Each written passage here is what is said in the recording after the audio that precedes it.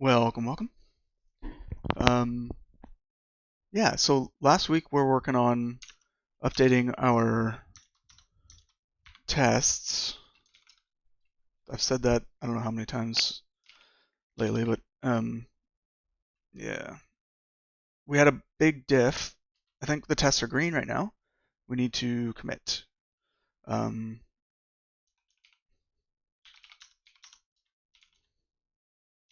I think they all count as refactors, but let's see what the diff here is. Um, Also, let's look at our to-do.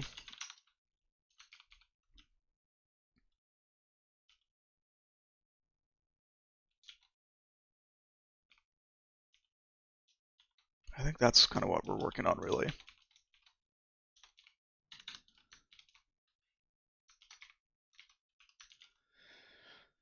Now, what we're saying here is that, oh yeah, we need to actually clear after the swap buffers, not before it. Otherwise, we're clearing the buffer that we're not even working with. All right. Um,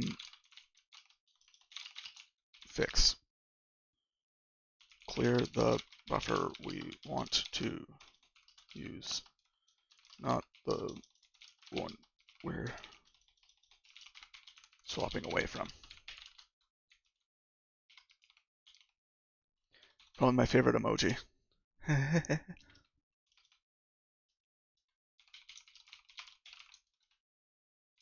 Okay, what's next? I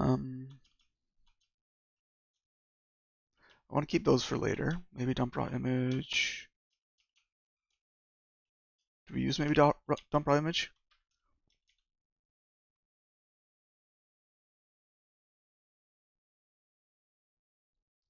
Yeah, we want to keep it. I think maybe dump raw image is not the right name, so let's fix that. Render test comp. Maybe dump raw image. It's really like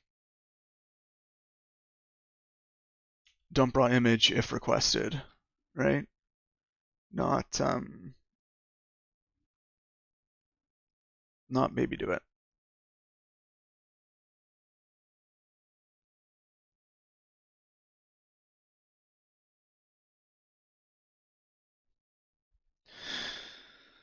Maybe we can call it like record raw. What if we just call it dump raw image? Right?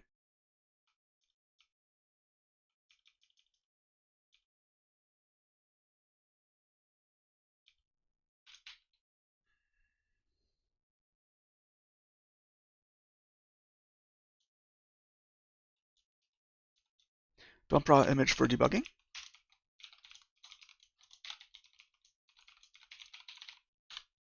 Oops.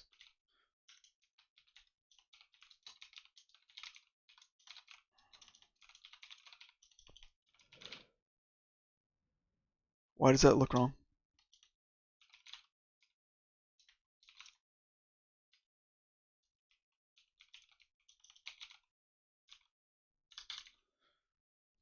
Sorry, I gotta get awake. What are we doing here?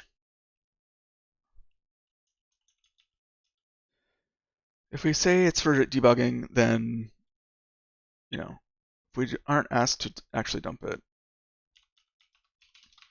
only dump if someone passes dump raw image file path.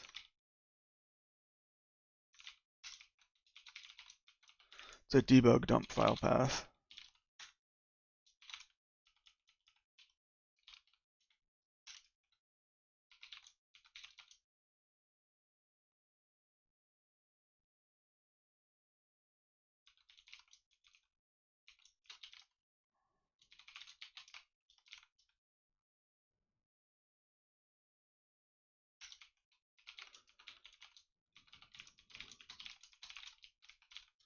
I think that's really what we want to say.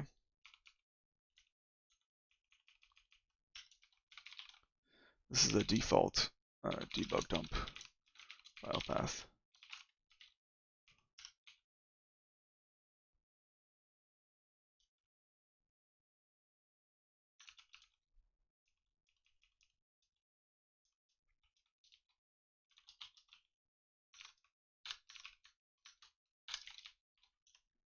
Um,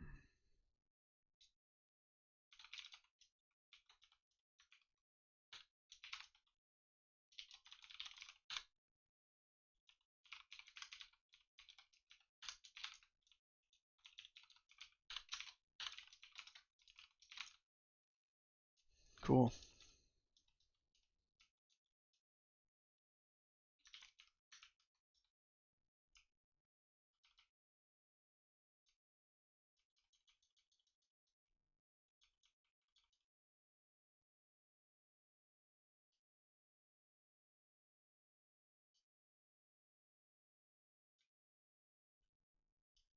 So I'm going to include this comment change with this change as well. But that's all of render test comp.go, right?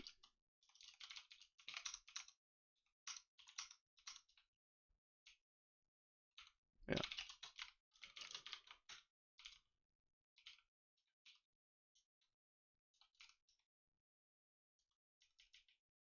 Yeah, we're going to add this as well.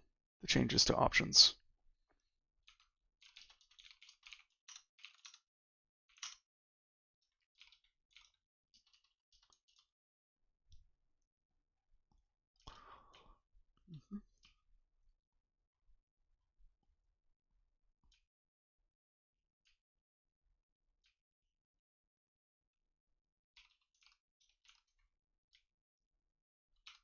Okay. Clean bird naming. Well, it's really, we're adding the actual call and improving the naming. So it's really a feature.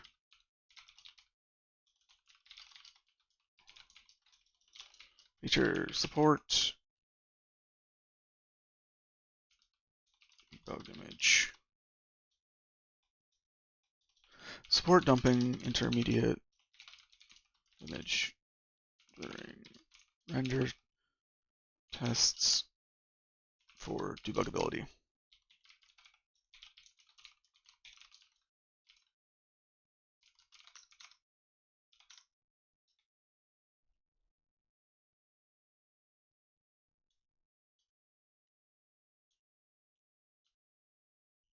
So what we did here was use the new helper. But first I'm going to add its own thing. glcontext.go. Fix, make sure to preserve intermediate error value on failure case. Okay, so what did we change in the native code? Oh, yeah. I'm tempted to just call this the change.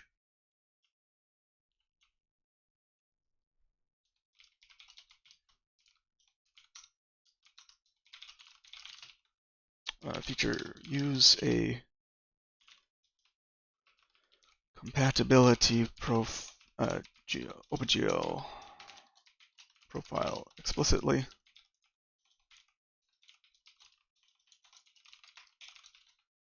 All right.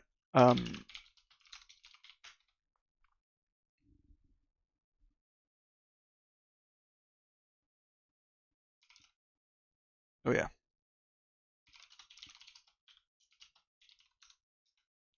That was just the change, just with the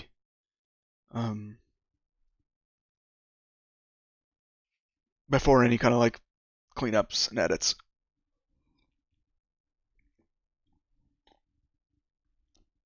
Okay. So, are there other things?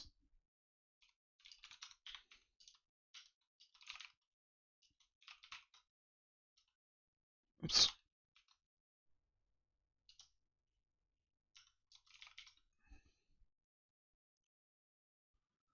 Yeah, we should check an enforcing variant that depth and blend blah, blah, blah, blah, blah.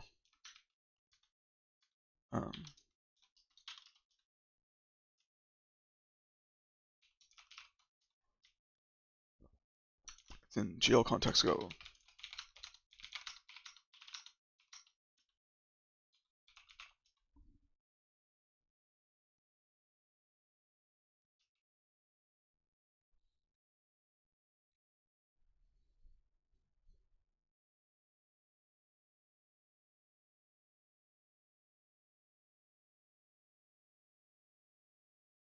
Yeah, so like whether we recover or not,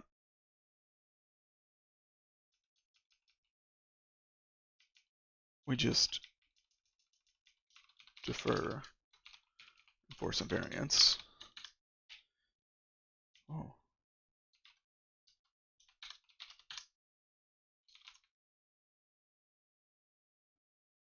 I'm not used to this.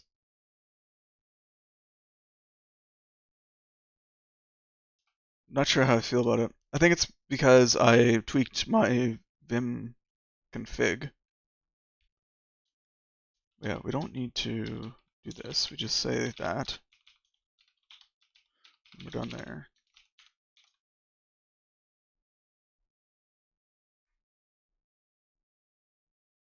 Okay, so that didn't work.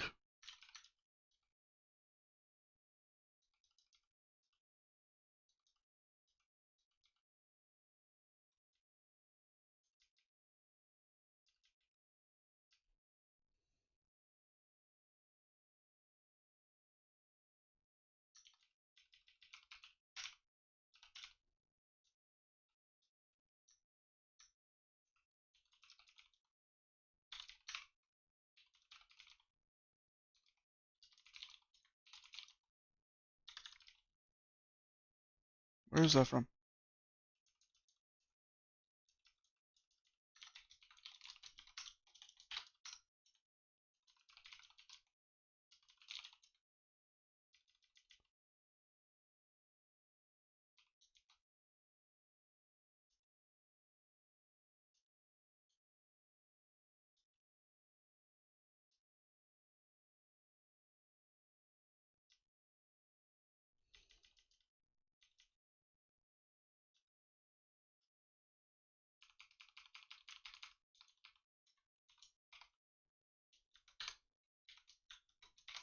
Whether we panic or not,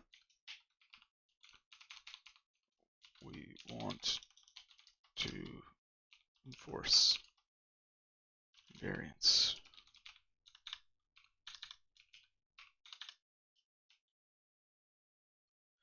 But here's the thing. We want to enforce invariance before we do any of this too.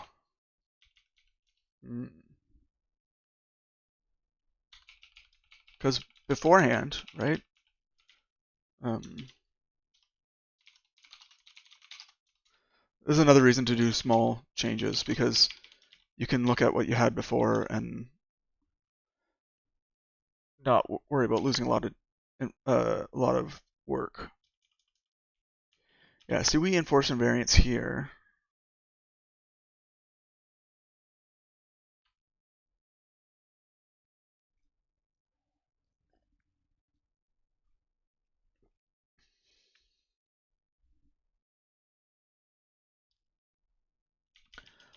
So let's make a smaller change.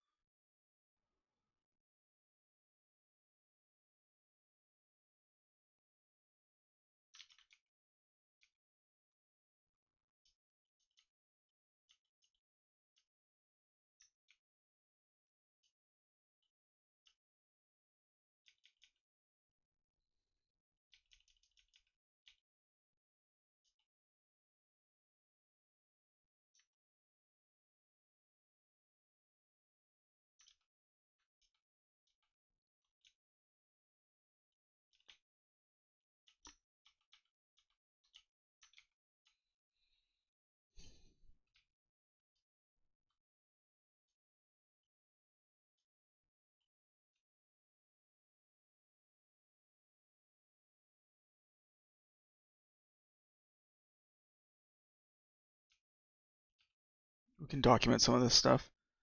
On the way out of this function, check for any errors to include from the context.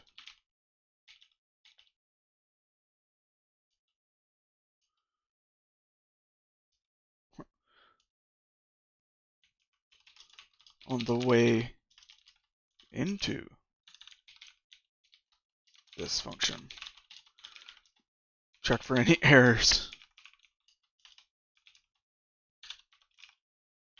Pre-existing errors in context. Okay, so whether we have invariance check on or not, we need to call this. That's because there could have been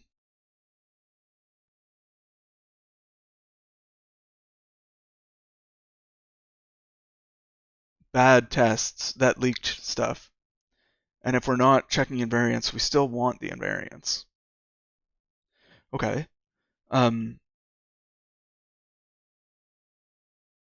satisfy invariance. Like, where do you get called? You get called here and here.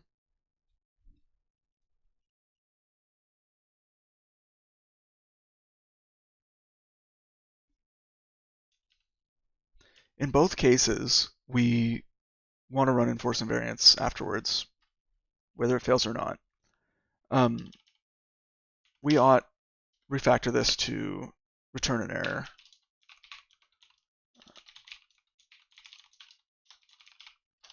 Return an error instead of panicking internally. It'll make calling codes control flow code much cleaner. Okay. I know we're adding a to-do as we clean a to-do, but that is the name of the game. Clean incremental code control.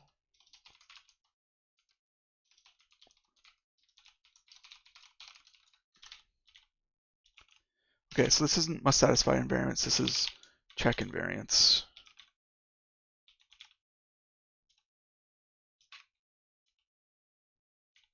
And returns an error.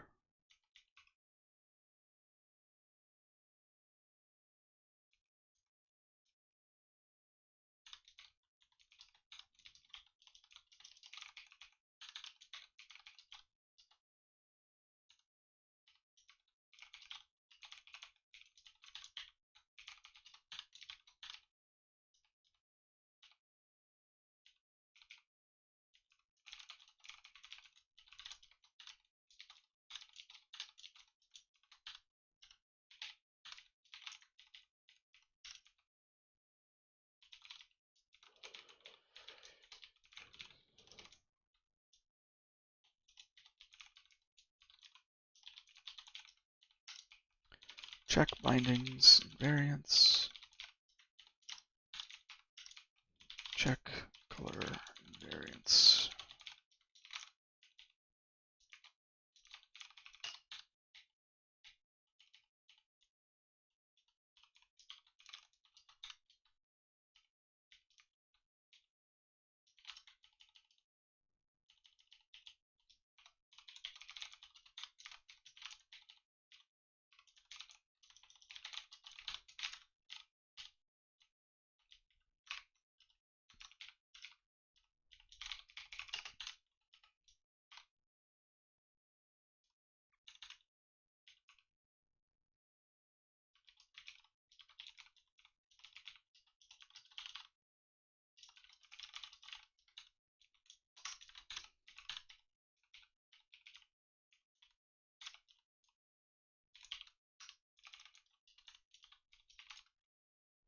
Okay.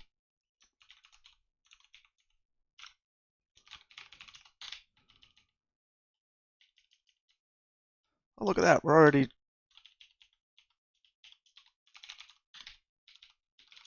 already doing the thing. I wonder if that's a pattern to look for, like an anti-pattern of like, if you're already trying to package up a selection of errors to panic, maybe your function should be reporting errors instead of panicking. But it's just supposition. Okay.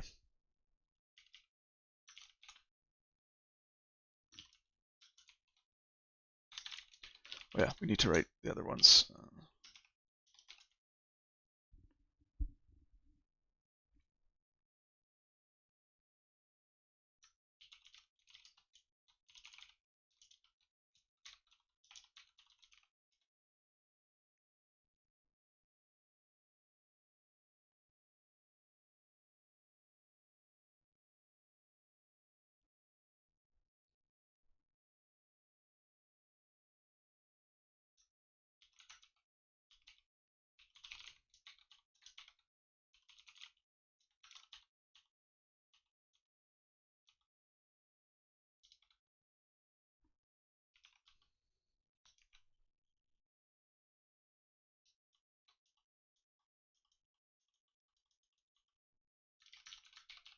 Okay, what happened?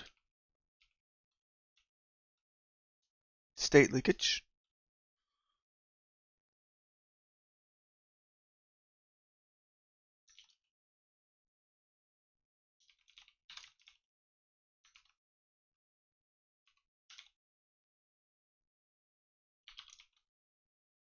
Oh, yeah. Because now it returns a thing, not a thing. Wait, no. It's that we're not checking for it. We're not checking properly. It's like if check, right?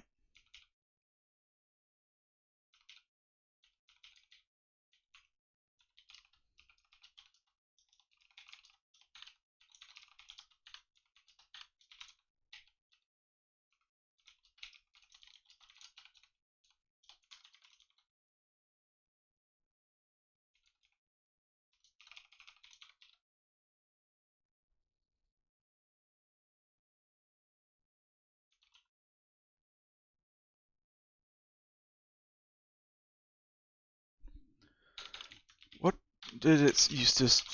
Do we used to add context before? I don't think so. Let's check. Render test gl context dot go. If the variance check.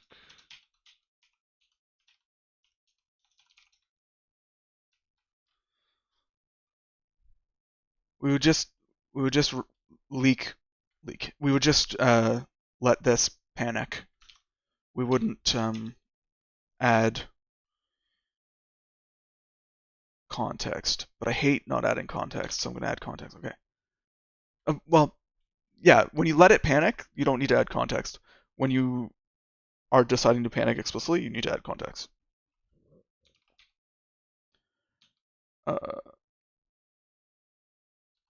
Invariance check failed. Like so. And then we need to do the same thing here.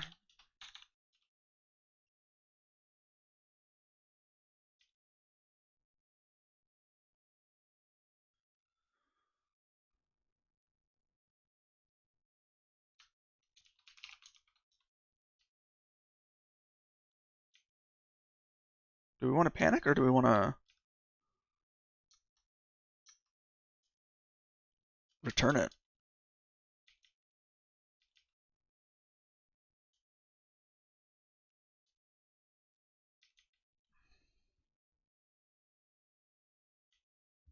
I think we want to assign it actually. We want to do this.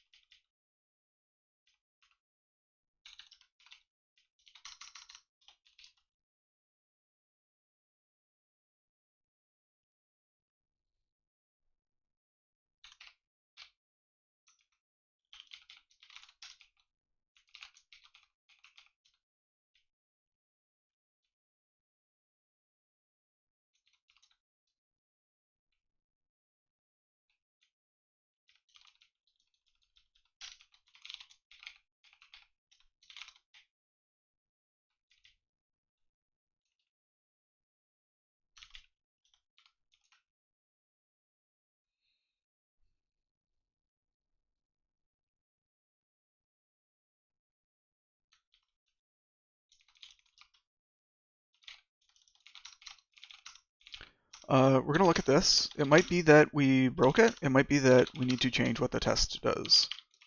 But yeah, this should panic.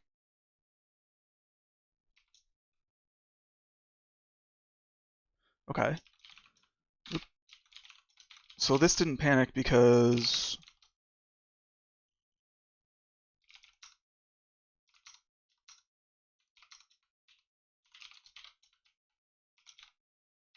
like what should have happened is everything was fine on the way in, but then on the way out we checked our invariants because we're using the new test builder.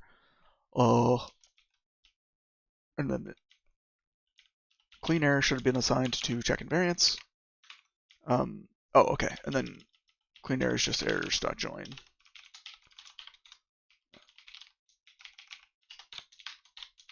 Yeah.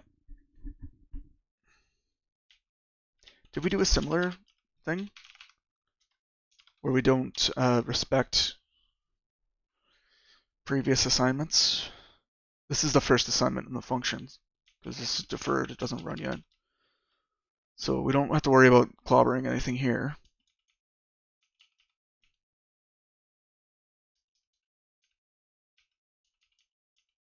We only get here if prep error is still nil.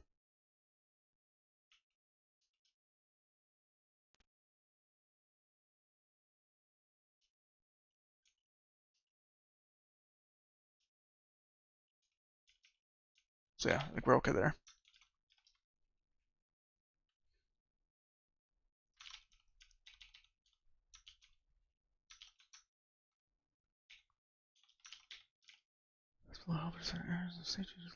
Yeah.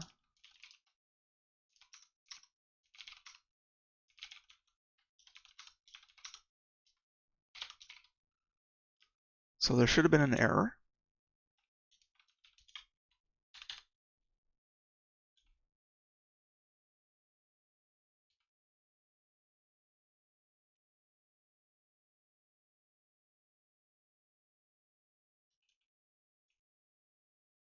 And we should have got a callback on the render queue. Yeah.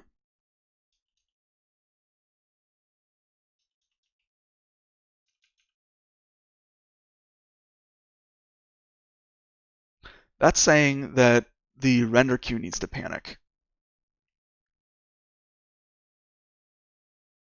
Mm-hmm.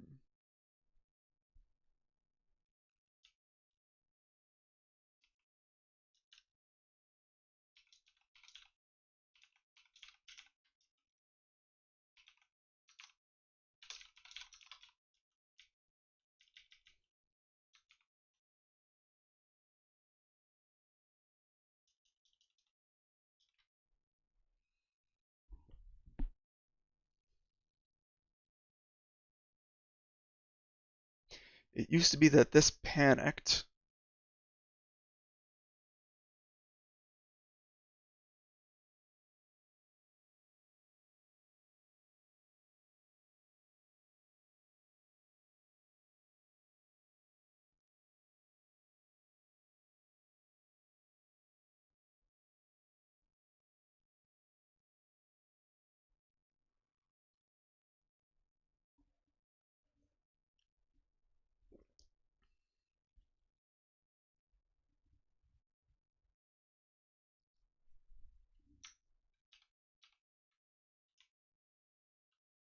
Yeah, we've changed that behavior, haven't we? We've changed that the render queue itself won't see that problem.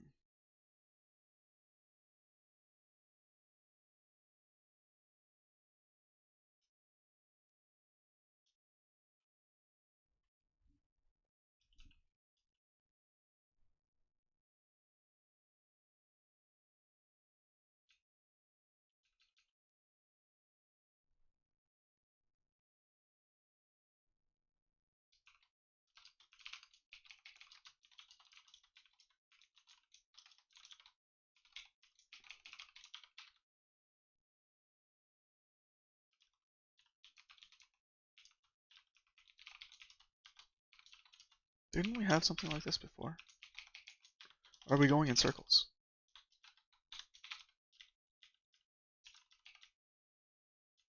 we have prep preconditions failed and invariance violated.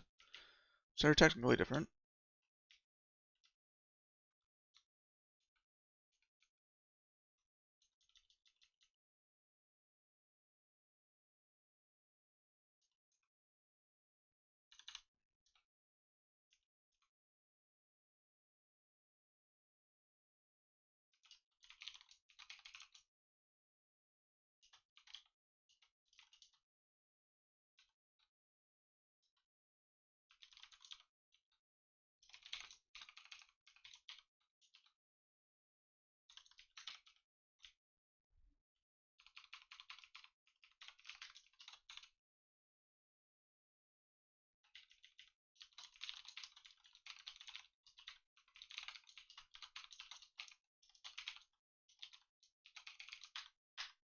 Yeah.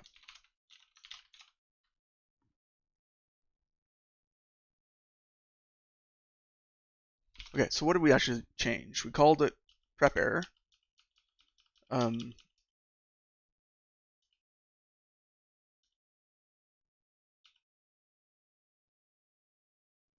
so now we're capturing an error value instead of just panicking.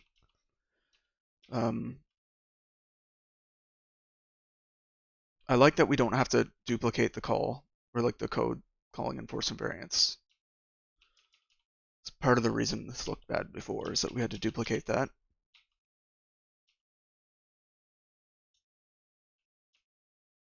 Yeah. Okay.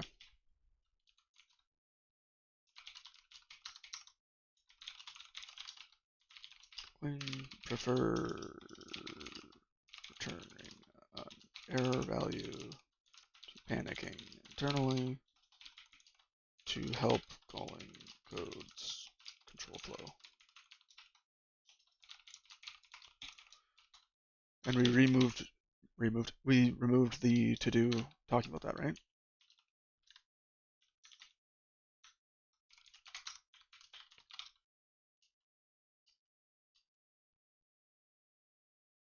Oh, we did not.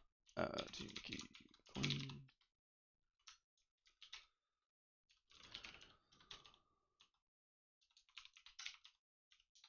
This. Oops.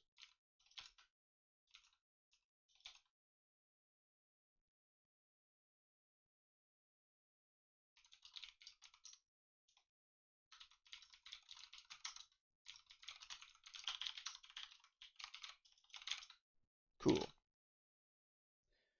Now,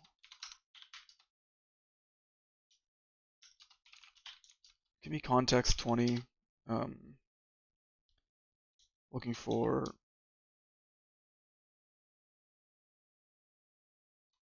to do. Pipe through less. Search for to do. That's removal. That's the thing we just fixed. Yes, we should do that. Let me decide the scope of this explicitly. To do cleanups. Depth and blend. GL invariance. Next to do.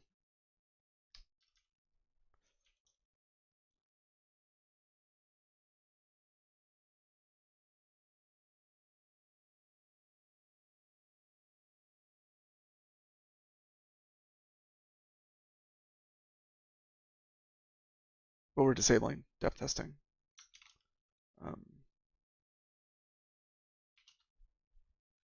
Z component stuffs when depth testing, but not depth testing in dictionary go. I think it's dictionary go. Yeah. That's not changed. Not changed. Yeah, I'm surprised we don't have a helper to write an image to a given file path.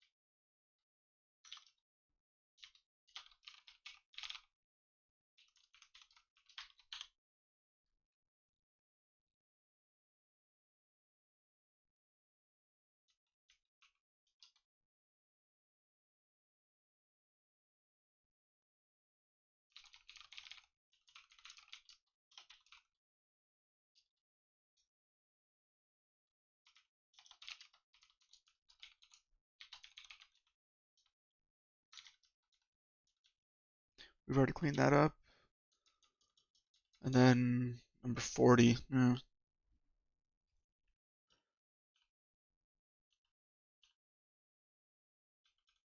And then, yeah, render test options.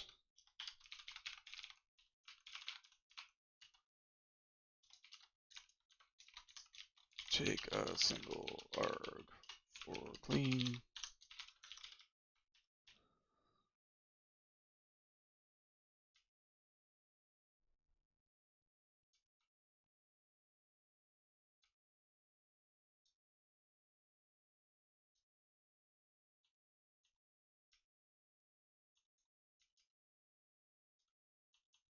I think we just moved that to do. Not that we need to do it.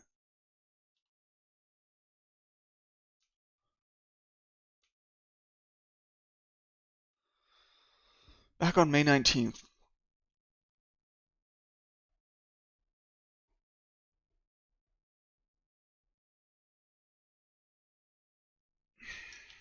Let's write it down as a maybe and cut it there. Maybe. GUI widgets.go. Use texture manager things. Yeah.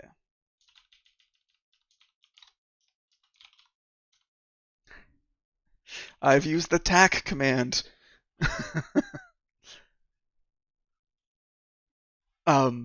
Tac is like cat, but backwards. Yeah? Yeah? You get it.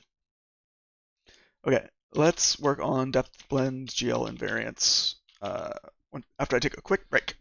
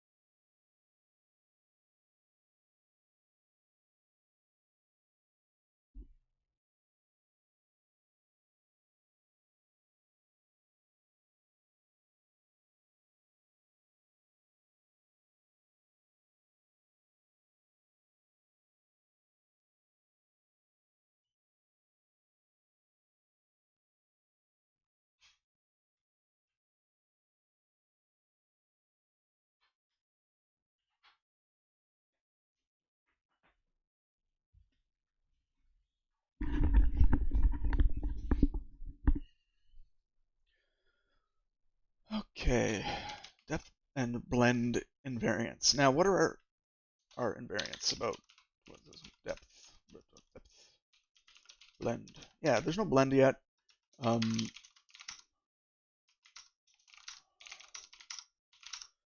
feel like we enforce the invariance kind of manually. Yeah. So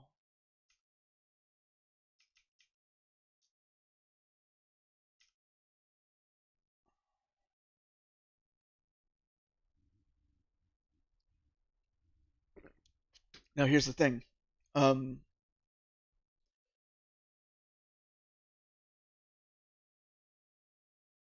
Is the invariant that depth and clear color and things are set properly, or is it that similar to loading identity matrices for each of the matrix stacks and setting the ortho in the viewport, do we push a trib, pop a trib. Hmm?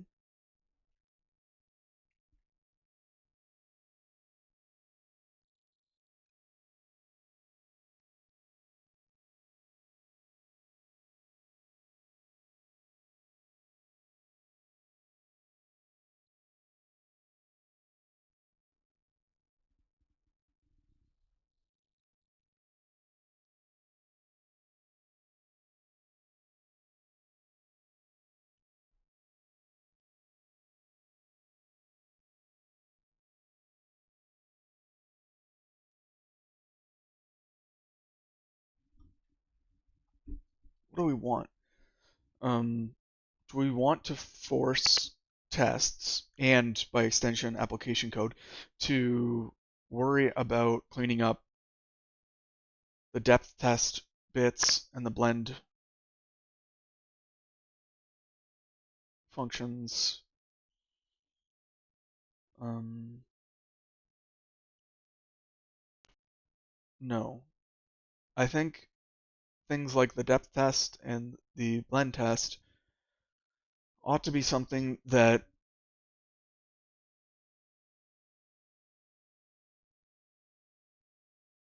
for lack of a better word, leaks into called code by design. Like you could imagine a subroutine that does the same thing, uh,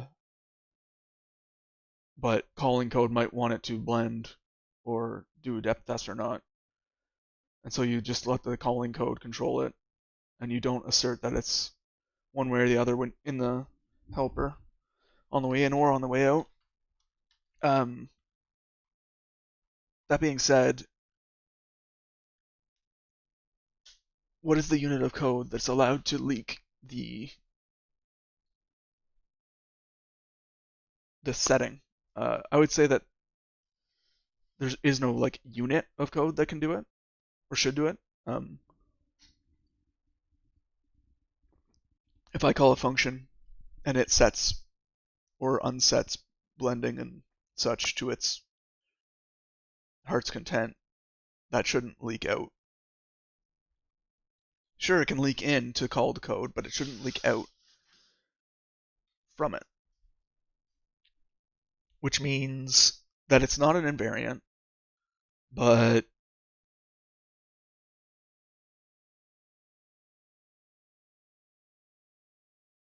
we want to guard against leaking it.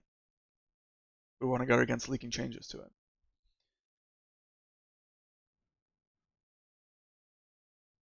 Which, as with the matrices, people are allowed to leak changes to them. We clean them up here before we check invariants. So just like with the matrices, we will set it here.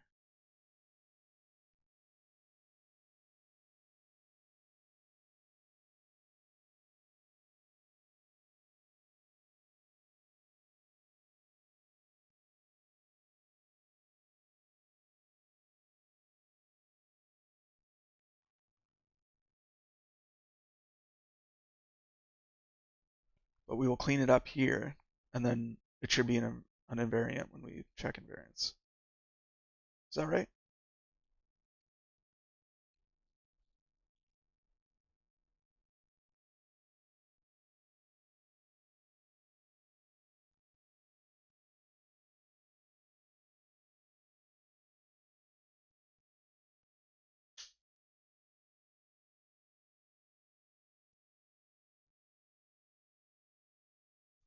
How do we think about this? We think about this in terms of um, there's like a sandbox that code can play in and make as big a mess as it wants um,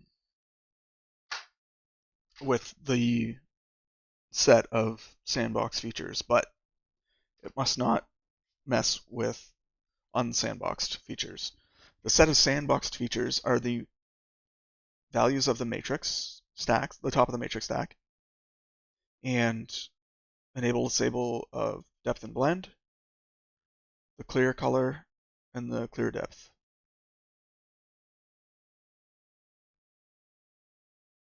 So we need to like push attrib before this and then pop attrib later. I think that makes sense. I just need to better or double check that push attrib, pop attrib is going to do what I want here. The color buffer bit does blending equation. The GL blend enable bit. And then we need the depth test, the depth buffer test. Yeah.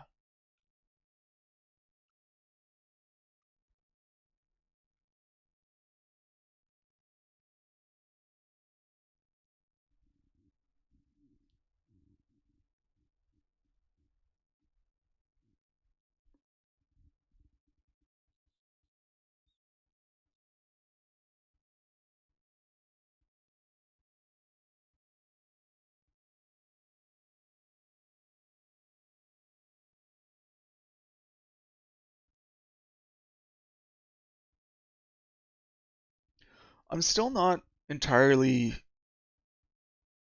familiar with the difference between these client attributes and the server attributes.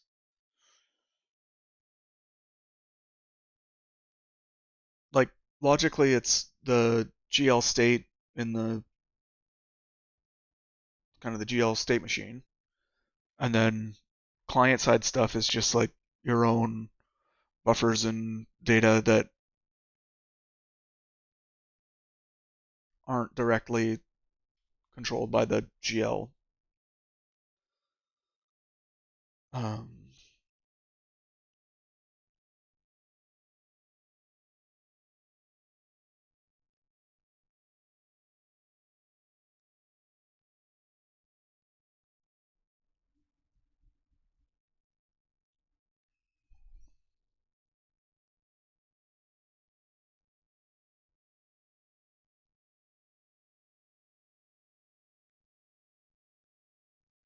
only pixel storage modes and vertex array state.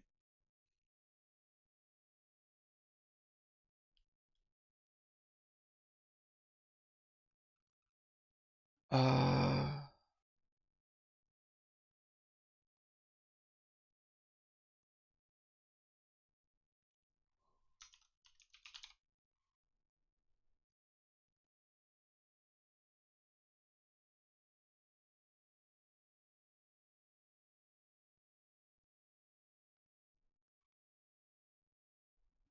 enable or disable client side.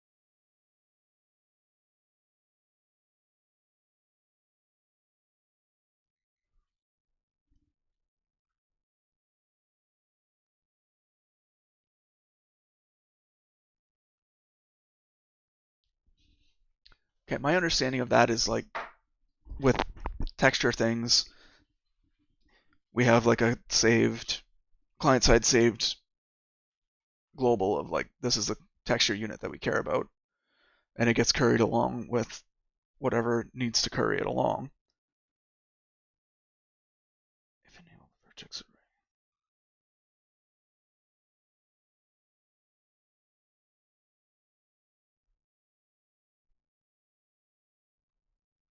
Do we have any of that?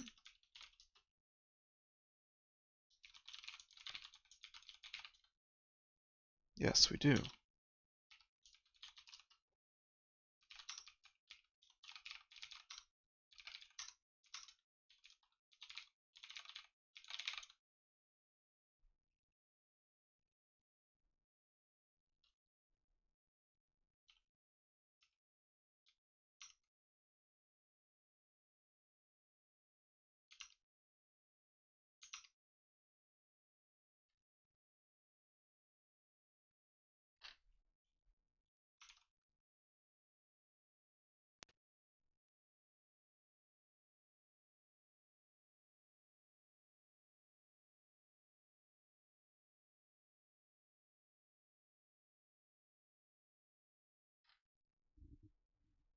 Okay, so when I call GL draw elements on the client side, it's like, hey, is GL vertex array specified?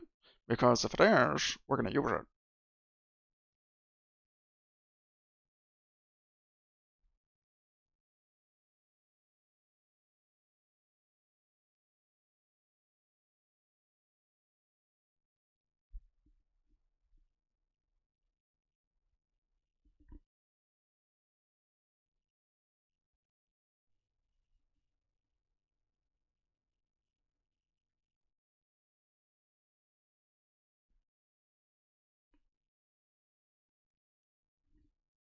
Sorry, I'm just looking at my um, audio mixer. It's not showing what I would expect, but I think it's fine. It's not what I expect, but it looks okay.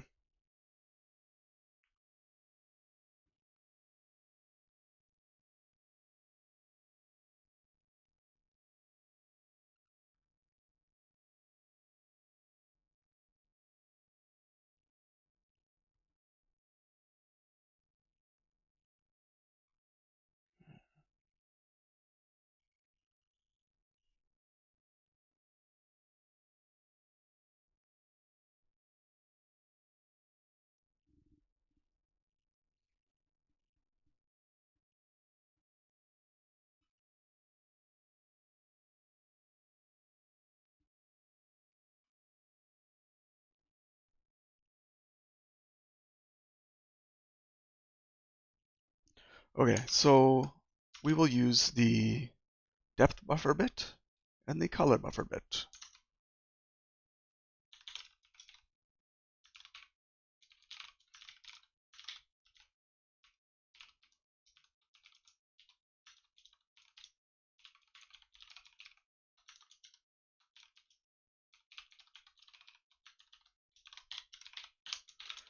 Um,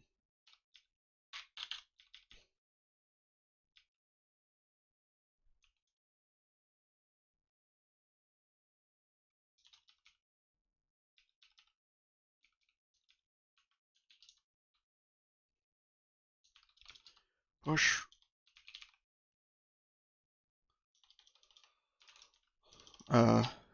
clear and depth things on the attribute stack and set up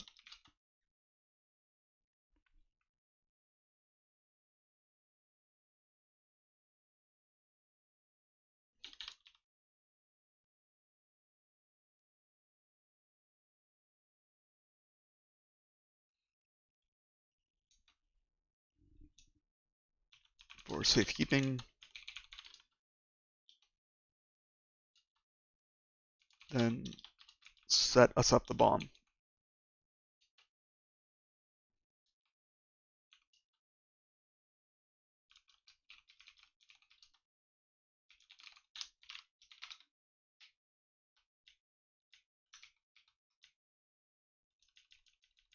And then here we should gl.popAttrib, right? Undo server side attribute stack. Well, reclaim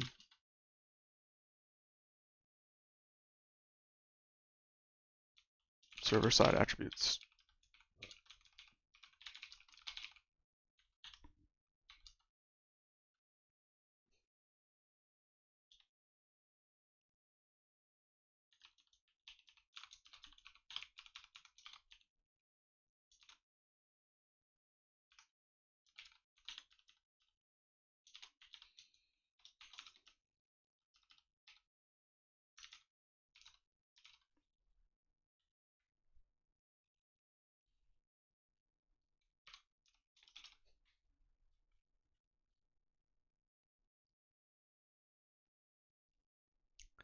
Good enough for me.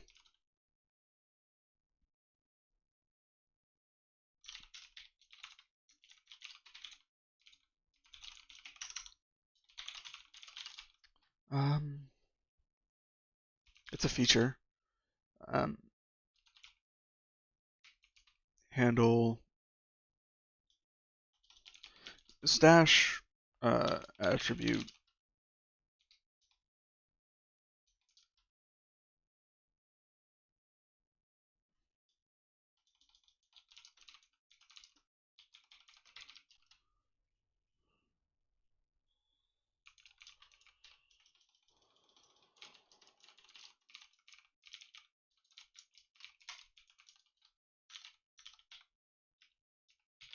There we go. Okay, dictionary.go. We don't need to, because we're not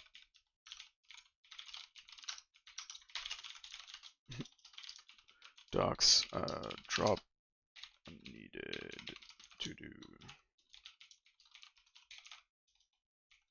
That was easy.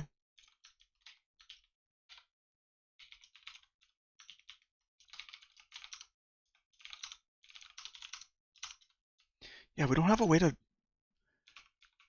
write an image to a file. Blech.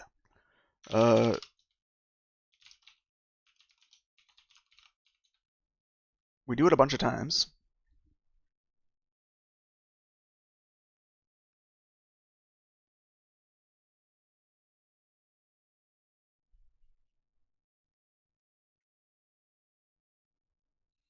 I would imagine it's an image manip helper. Dump.go. We're going to need to red-green refactor it. But yeah, image manip dump test.go. Package image manip test. Import testing. There's a function called test dump image.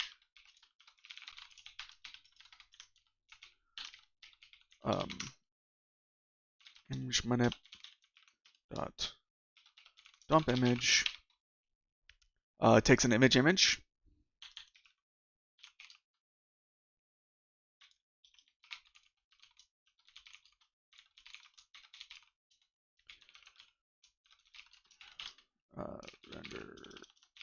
test given an image.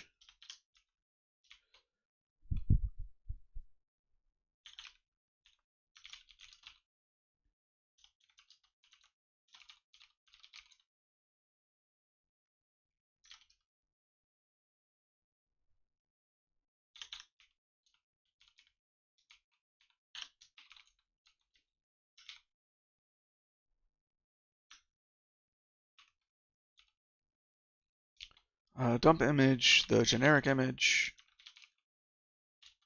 to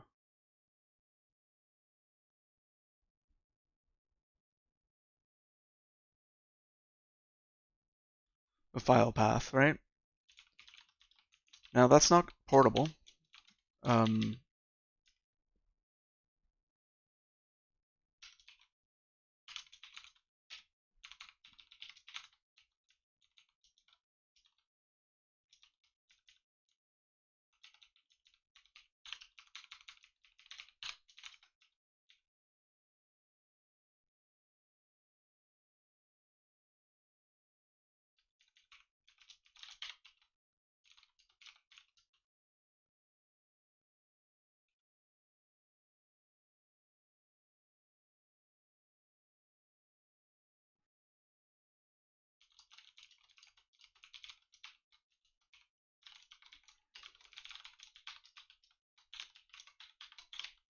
Now the path should really be under test data. Output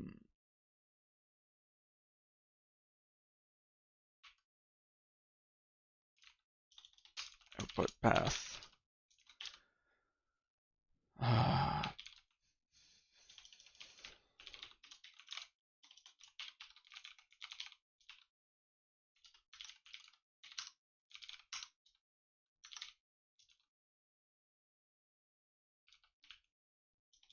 Temp dump.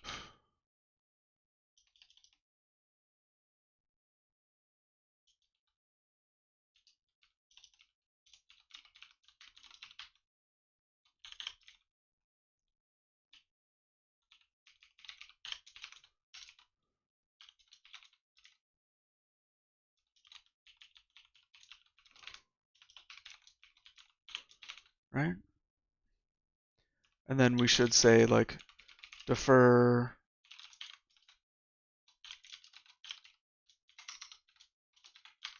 it's like really with temp thing. Go doc os.temp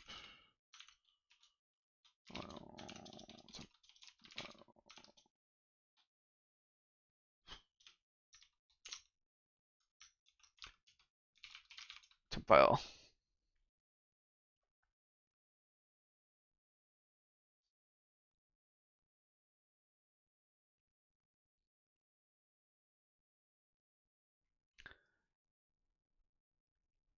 Is there a way to say only in the standard library?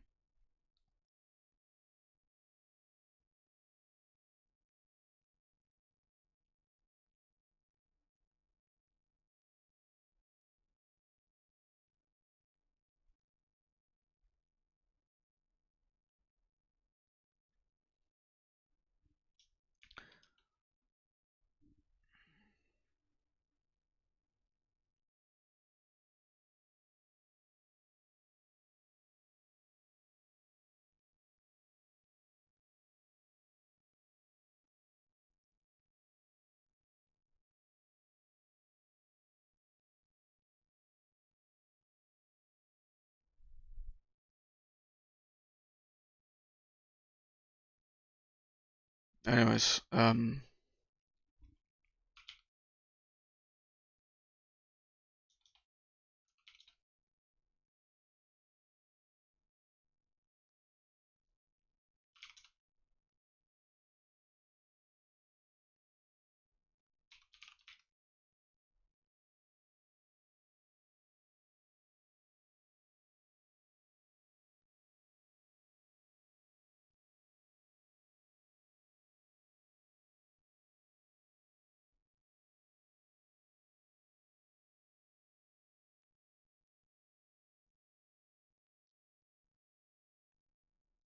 so make dir temp something, defer remove all, do what you want.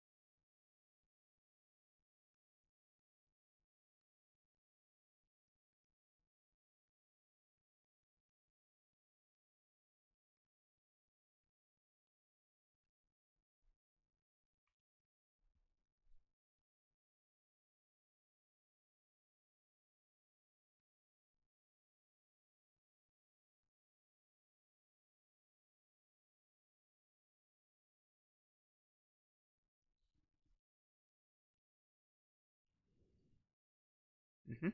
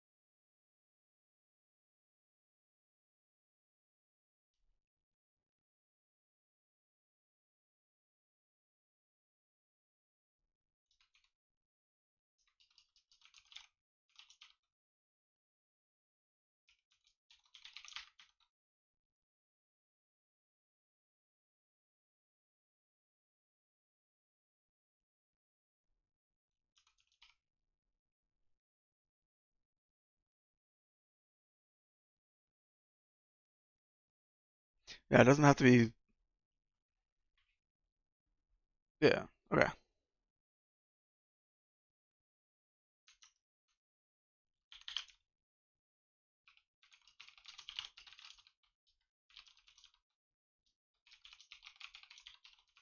Couldn't create temp.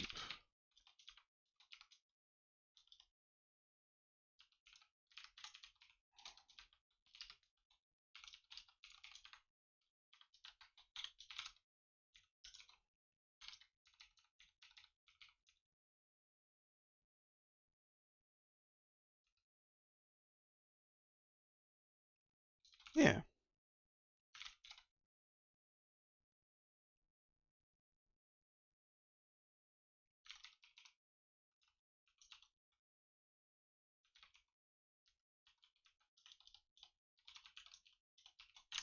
It's like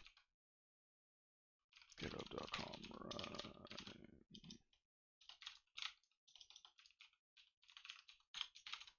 Something like that. Yeah.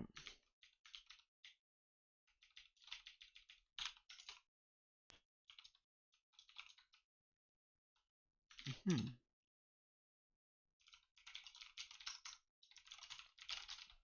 Test. A simple image dumper function should be in image manip.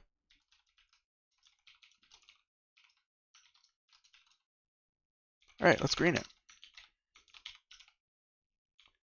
Package image manip function dump image takes a image and a string file path. Does not return errors.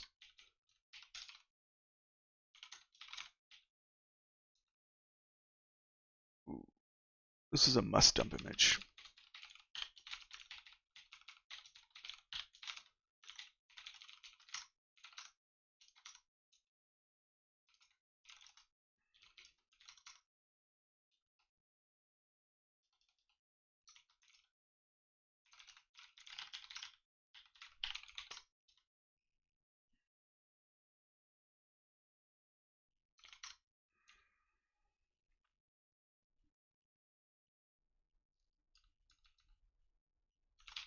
Yeah. Okay, so there's just PNG encode, like the thing.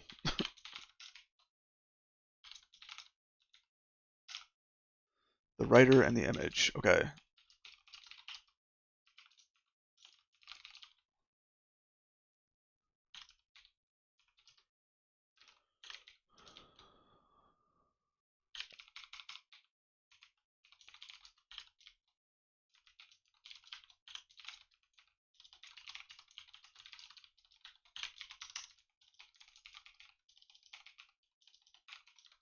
Could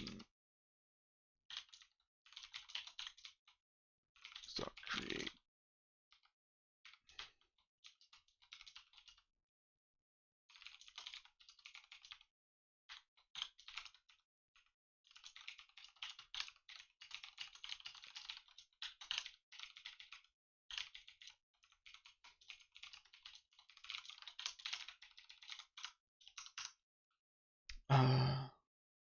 If the error's not nil, we're gonna panic.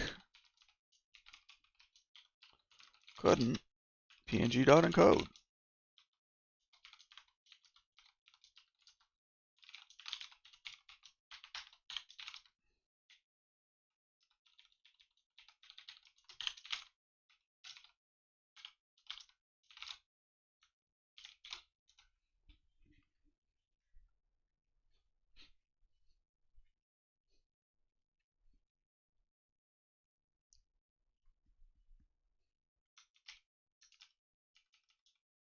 Oh yeah.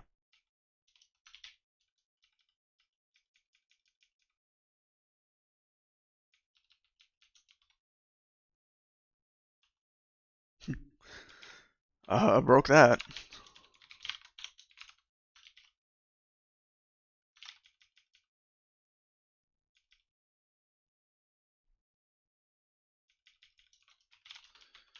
Given a temp file.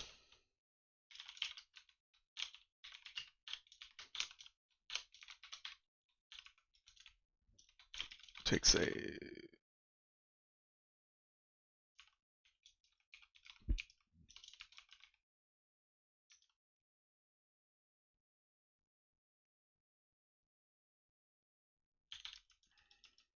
What does this return? Audio file.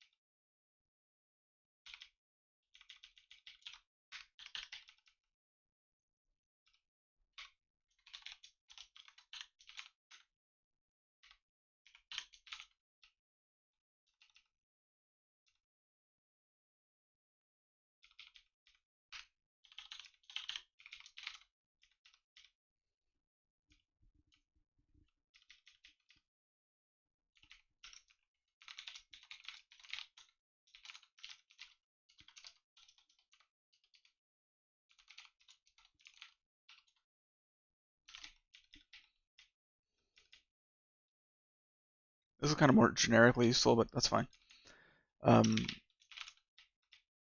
know, this should be temp name.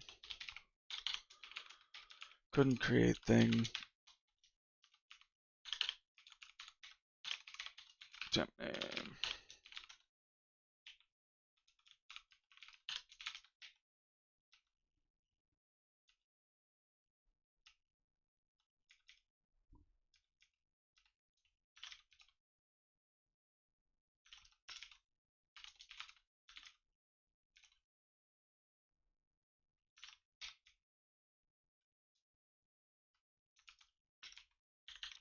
Look at that.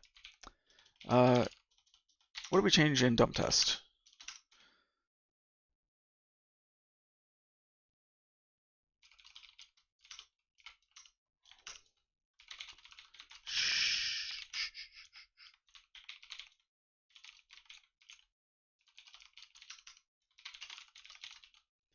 Feature implement image dump helper func.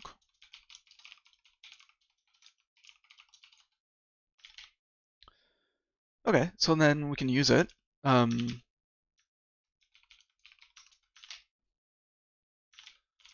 Ack for png.encode. Edit, render, test. Comp go.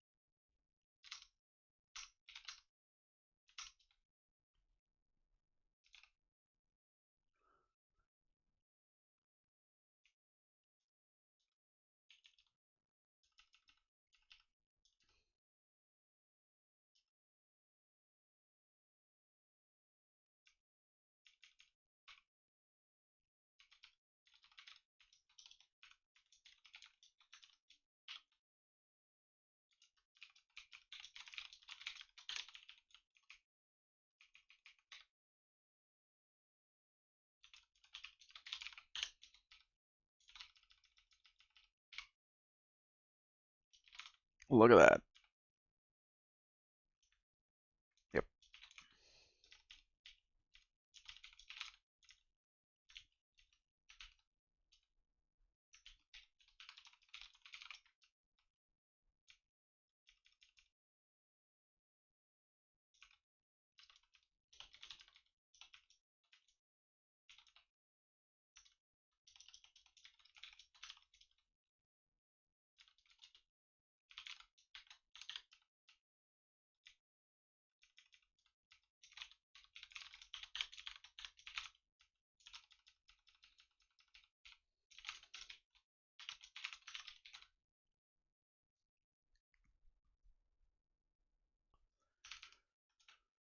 Okay, dump.go needs to do it. Debug screenshot.go probably needs to do it.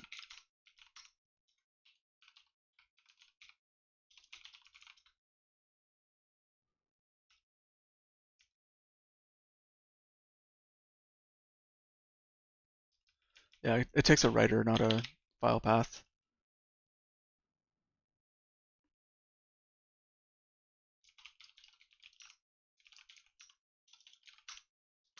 We could like must dump to writer, but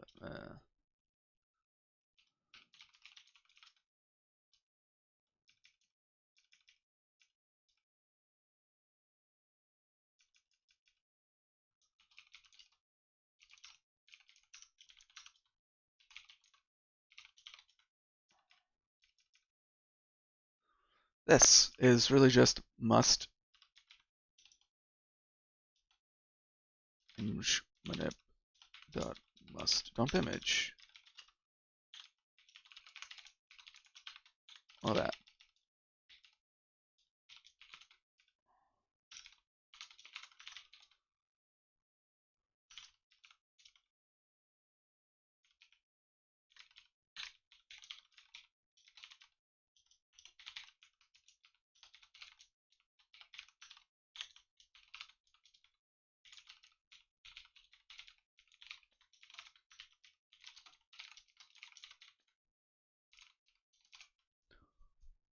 Nice noise, very nice noise.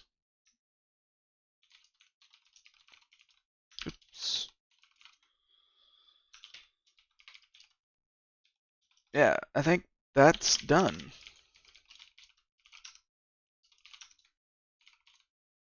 So what do we do? We said you had your own helper for it, and we don't need that anymore. You don't need to import image ping. You just need to use image manip must dump image.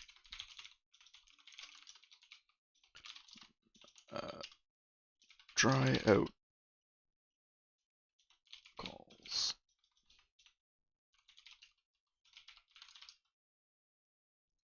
Dry out image dumping code to use our image manip helper.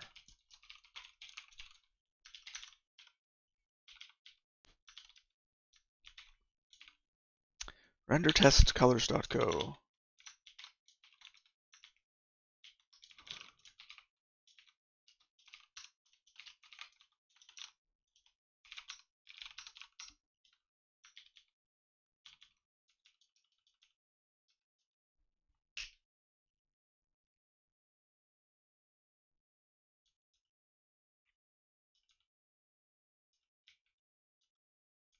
So this whole thing is really push a trib,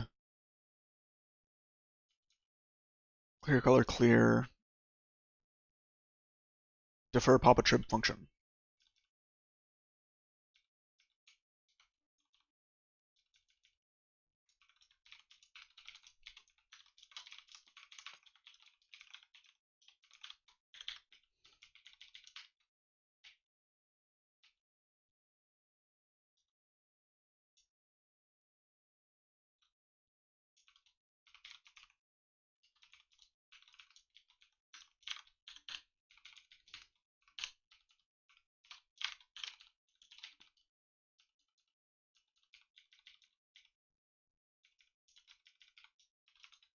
Lovely.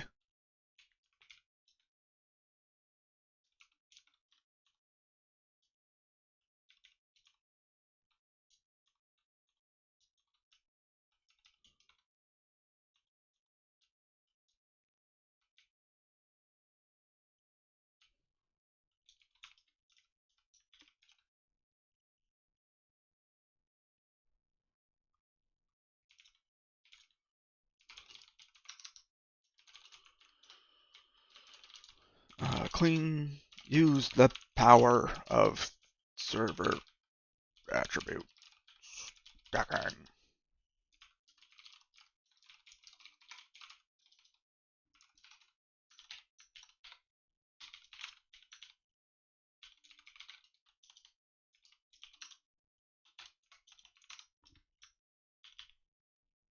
single arg.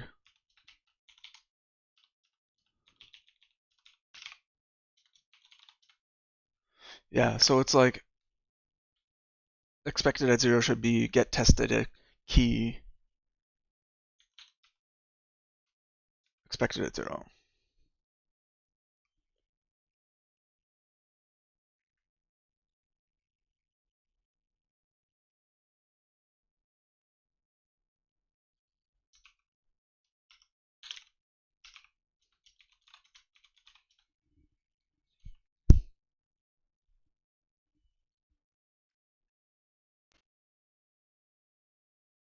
Yep.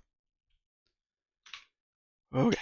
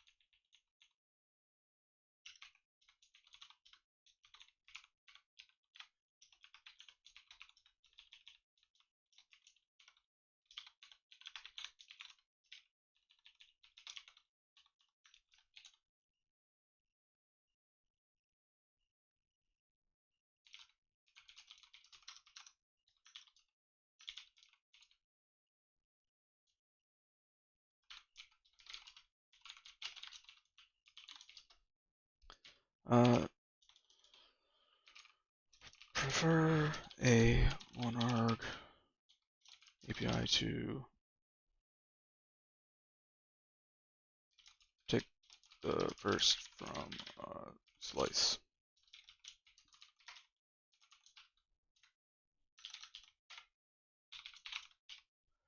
All right, this might be a trick. Tricky trick. This might be tricky. Texture.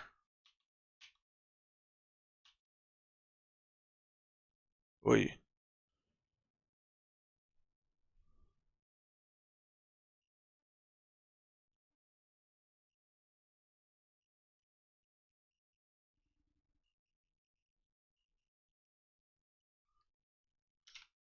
What?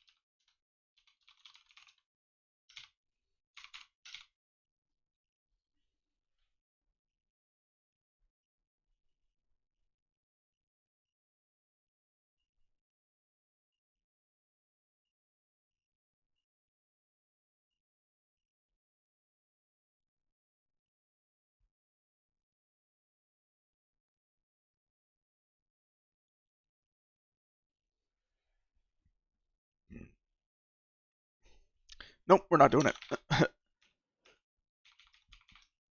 That was easy. Okay. Migrate what we need to the new GL profile test path. Yeah. Which is to say haunts.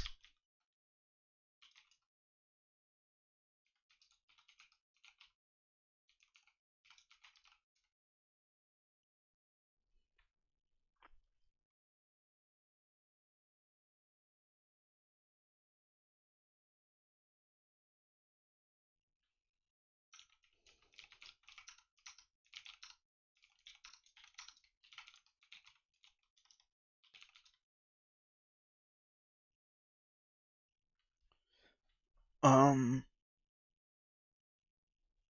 yeah.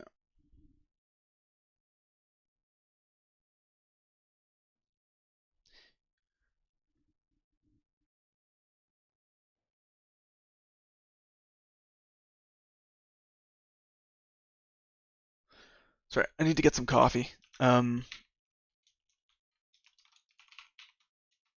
To do. To get coffee.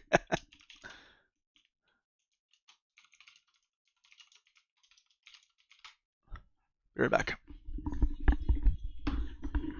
That's how you know you need coffee.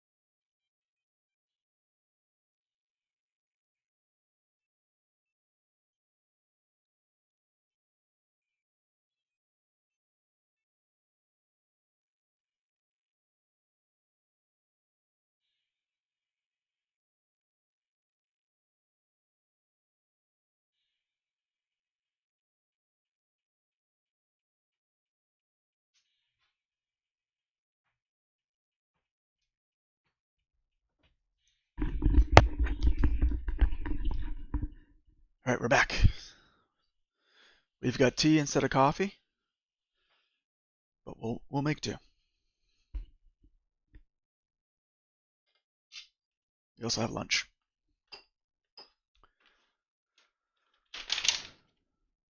So yeah, part of me is like, we should migrate some things to use the new profile stuff. Even if it just gives us kind of experience with that. The other part of me is like, we shouldn't bother doing it all. But we'll get there when we get there.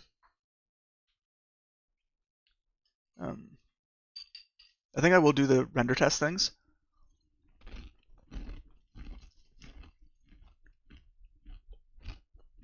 Then we'll try to port haunts to it.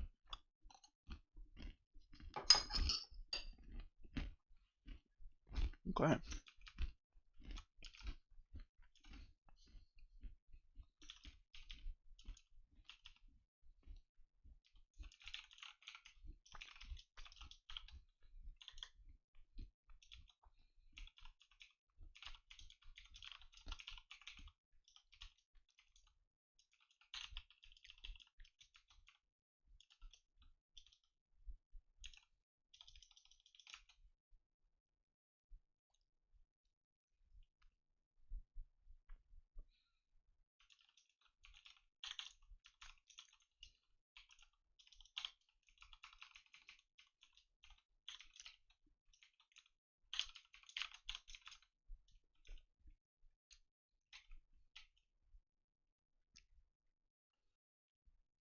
Let's make sure that build or whatever.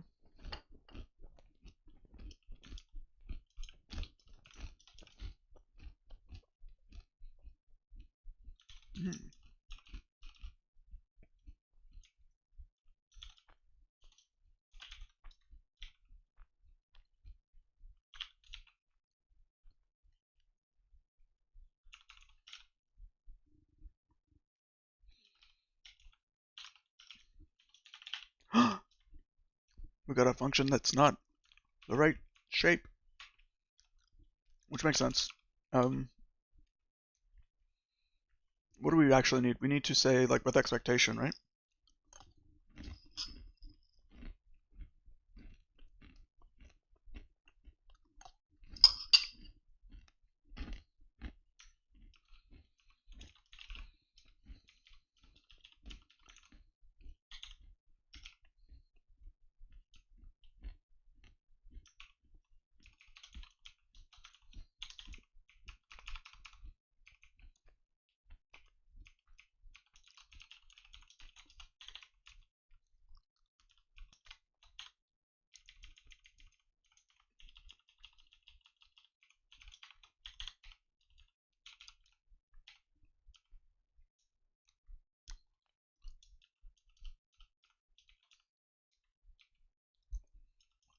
Oh, I guess we need the queue.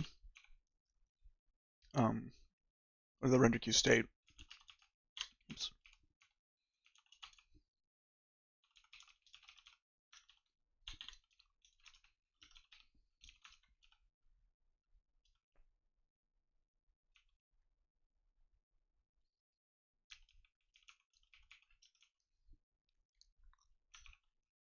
Oh, we need the convey.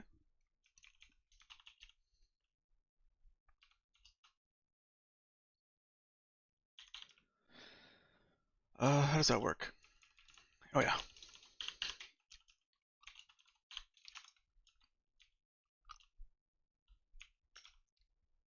Yep.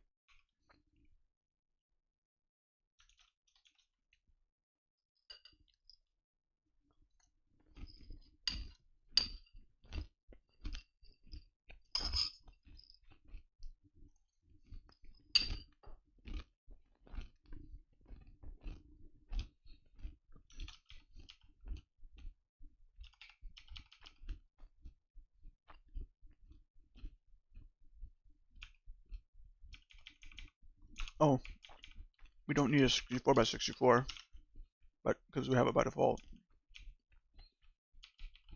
just with expectation.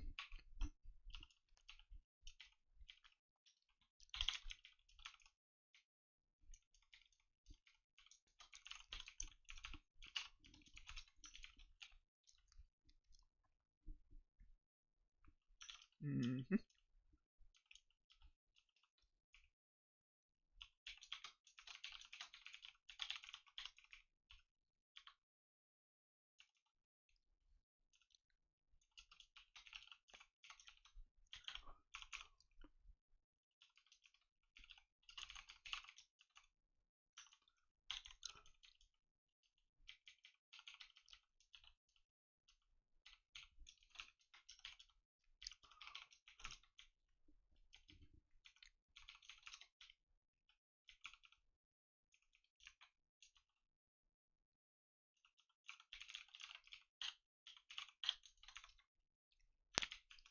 Wow.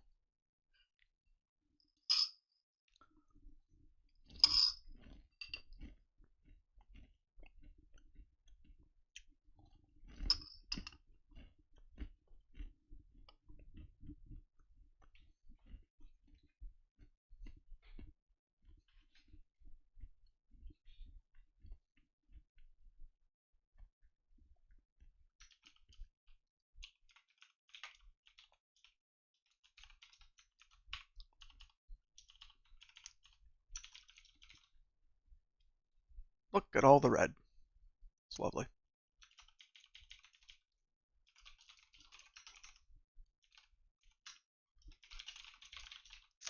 Clean, prefer this builder for tests.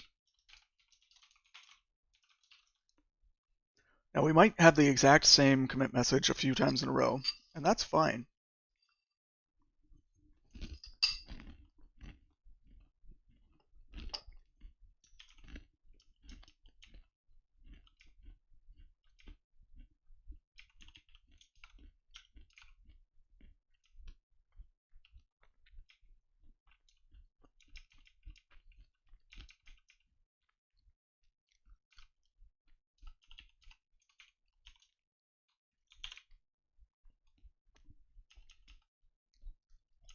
It's the same thing.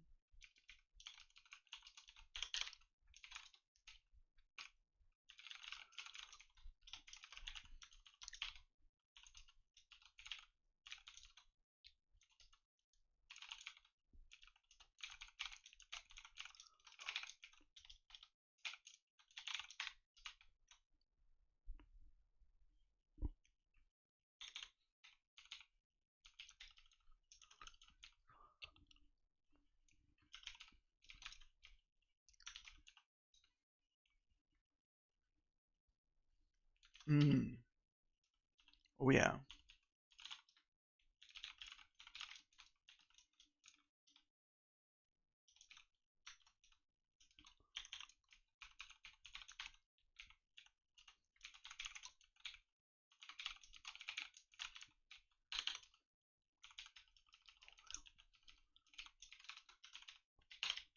Yeah.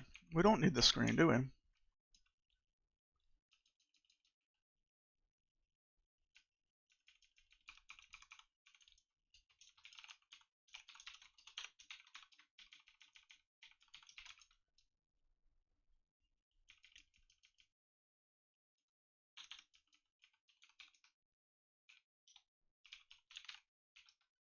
Okay, so we're testing the deprecated helper explicitly, so we won't remove that instance of it, but that's fine.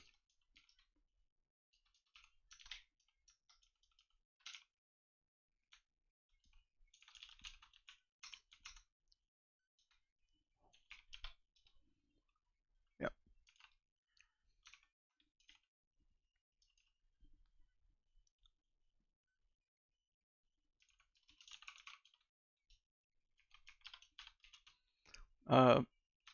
Won't need this test once deprecated things are removed.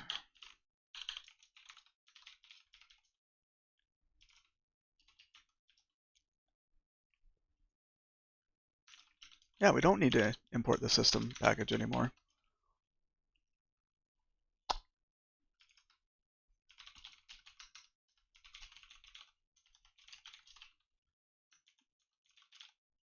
Yeah.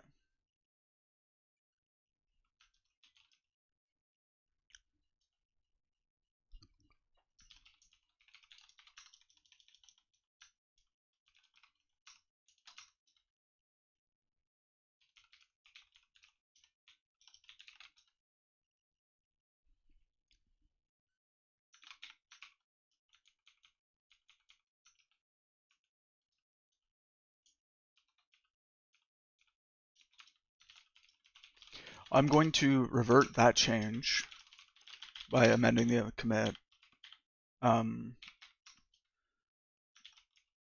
so that I can add just the correct things here. If we're going to have multiple places where we're tagging tests as remove this once 37 closes, then do it. Hey, Mongoose, welcome back. It's going well, thanks.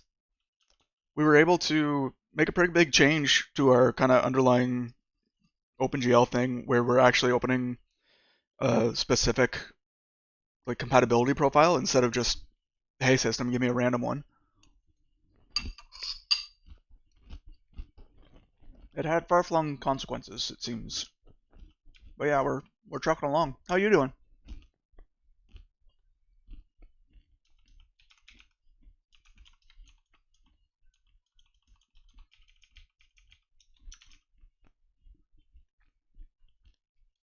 For platform-specific reasons? Yeah. So, long story short, the CI has been red for a while because the CI runs on Ubuntu 22.04, and I'm running on 24.04. And in the meantime, between those two, the GL version changed, I guess. Basically, you run it in one environment, and it says like 4.5 compatibility profile, and then the other one's like 4.6 or 4.7 compatibility profile, and they render two differently for my kind of like my liking, and so I'm actually picking one instead of just saying, hey system, give me whatever you want. You're not too shabby, you're busy on the projects front? Cool, good. Good to be busy. I want to see if there's any other places where I call it these like deprecated helpers. Yeah. Texture test, render test, and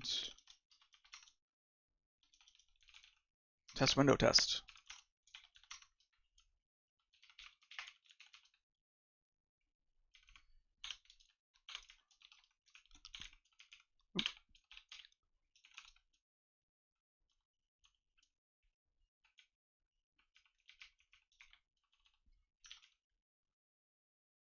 So yeah, if I do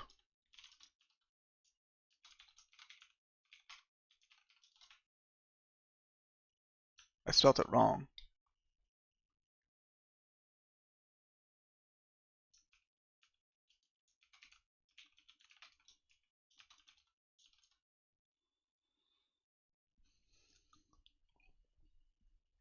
Give me some context.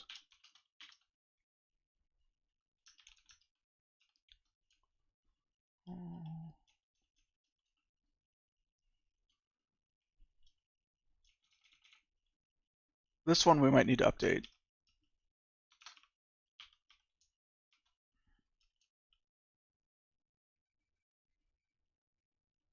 Oh, it's in buffer test.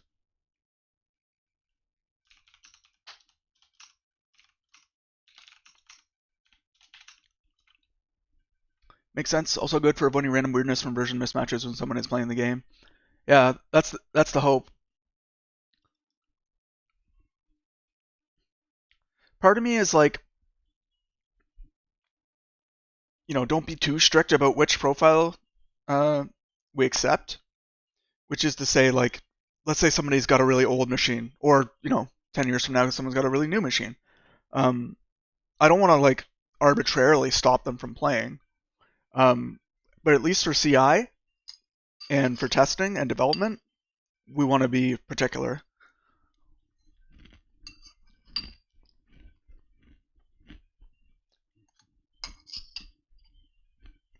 As long as we have decent fallbacks, then we should be okay. Famous last words, but yeah.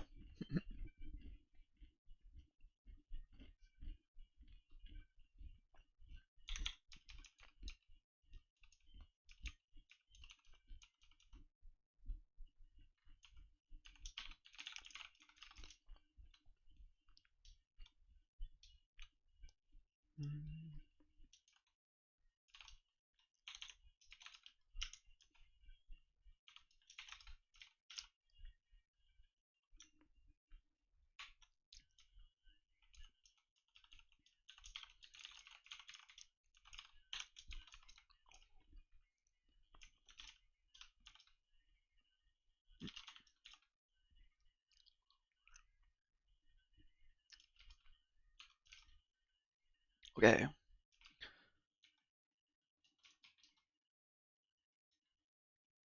Oh, I'm mixing my changes up again. Add render, render test, render test test, render test test window, render test, texture test. Yeah, just a documentation change.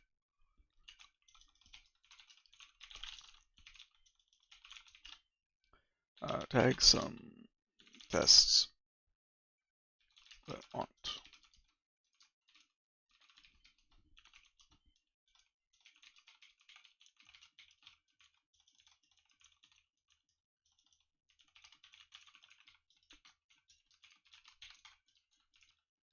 Okay.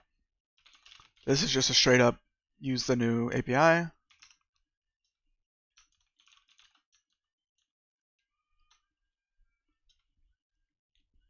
Okay. And then, oh yeah, we're not on the main branch right now. Branch. That's my new favorite Git thing to like move a branch to head.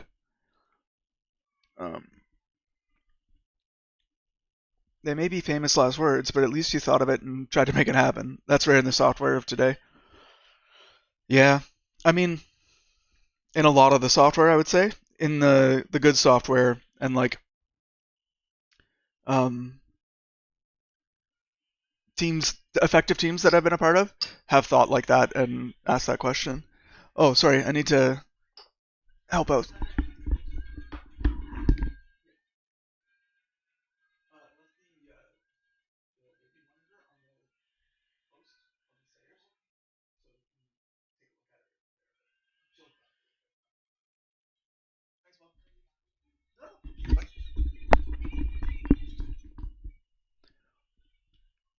Yeah, we're trying to get my daughter down for a nap. But yeah, teams that are good that I've been a part of have thought like that and planned for it.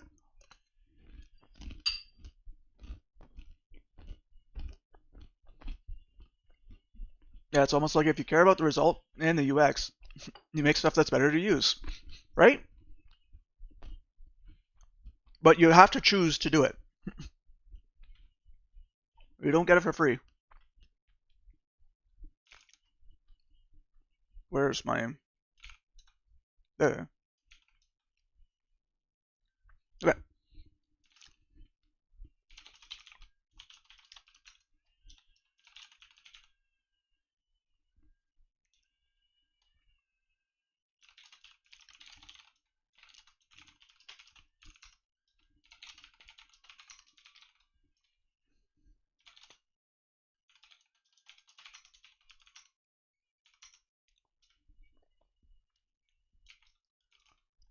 Okay, much nicer. Yeah, you can't let management turn you into a feature factory. That's the trickier part. Yeah.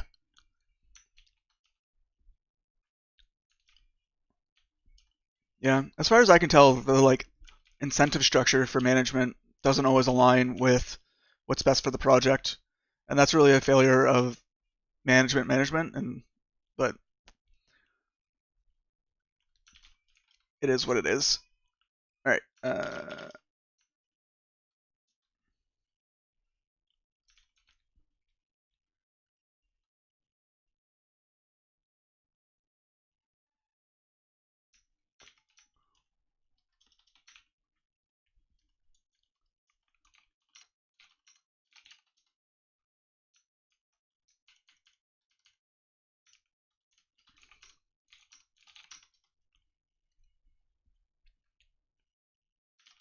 Yeah, clear test doesn't need the deprecated GL test.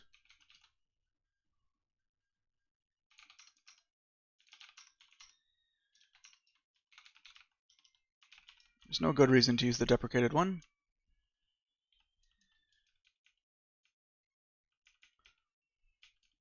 Now, what are we doing here? We're saying draw some stuff,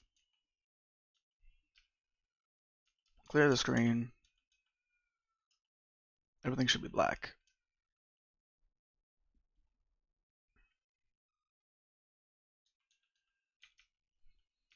Okay, this should really be for y equals image result dot bounds dot min y.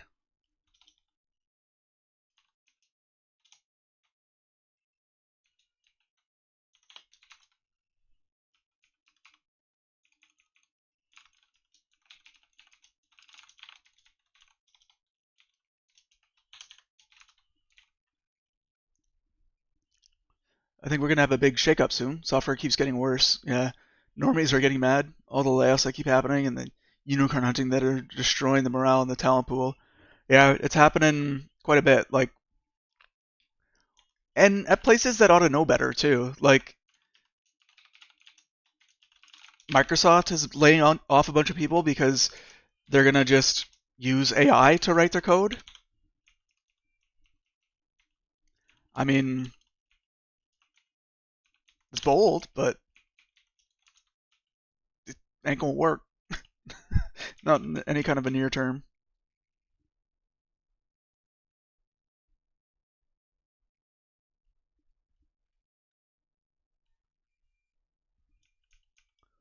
Okay, so that should be equivalent.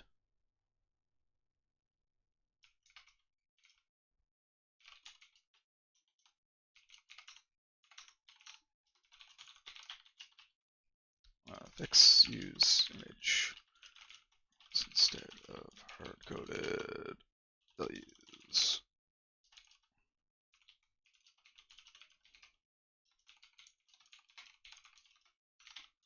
Okay, and then here, instead of a 50-50, we'll do a test builder run. This needs to be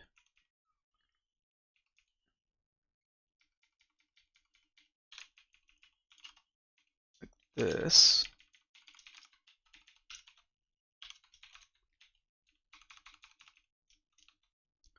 Yes, we can queue things. This needs to be a 64 by 64.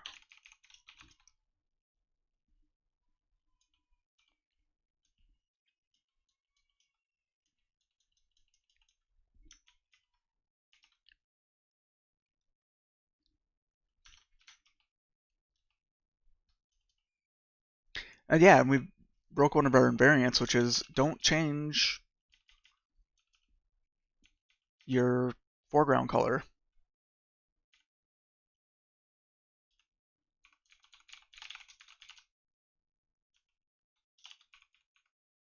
We have it with clear color, but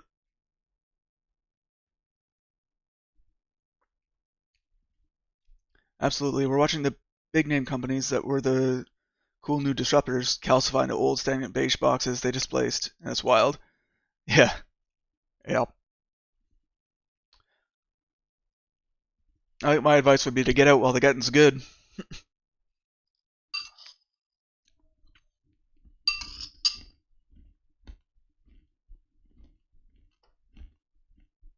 Uh, do we not have like a what color? Yeah, we do.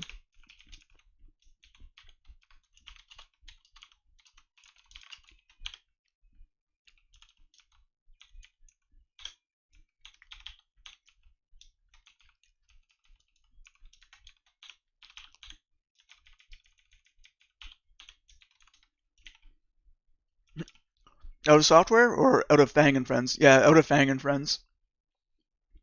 Out of places that don't care about people. I mean, maybe that's out of software then, but I'm not saying it's easy for businesses to care about their people, but if they actually care about their people, it's because they care about their long-term viability. And if you're not caring about your people, you don't care about your long-term viability, in my opinion.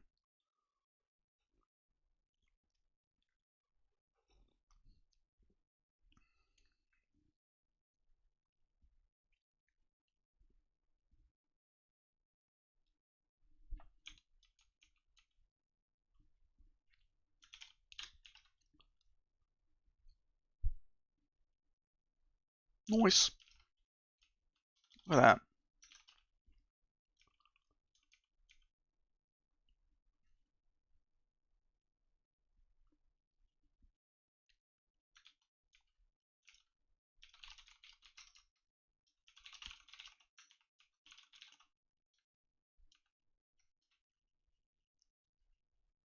Oh, I'm totally reusing commit messages, by the way, because I'm making the change for the same reason.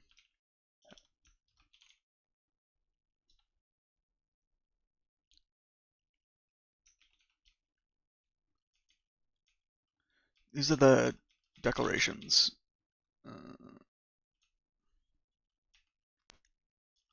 All right, I'm gonna call that good enough. Let's go see if we can work on haunts.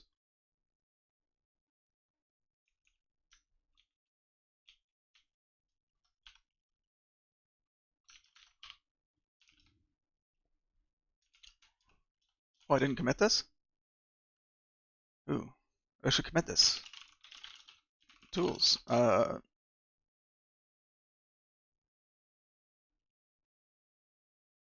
CI runs on Ubuntu 2204, so cook up a script to help folks run things like they'd run in CI.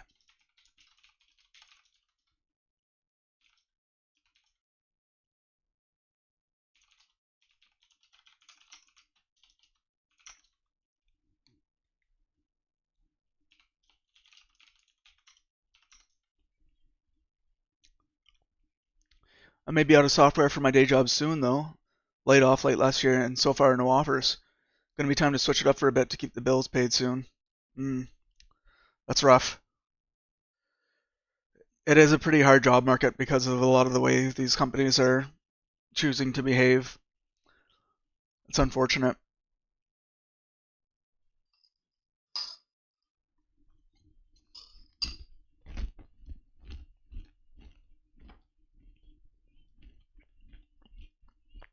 Best of luck with your job search, though.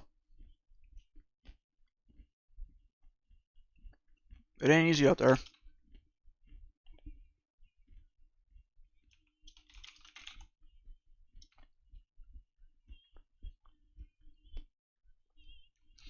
Yeah, hard to compete with. I worked at Microsoft for 20 years. Well, depending on who's doing the hiring, that's actually like a big red flag sometimes, right?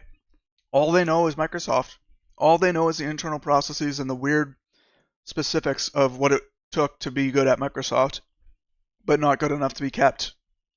You know what I mean? I don't know how they chose to do the layoffs. Maybe it was a raffle or a reverse lottery or whatever they call it. But um, at the end of the day, like somebody who worked for Microsoft for 20 years, I I don't know if they're gonna know what I need them to know. Maybe they're good at politics, and that's why they were there for 20 years. Maybe they were the one guy that knew the archaic VB script macro that made the compiler build from source.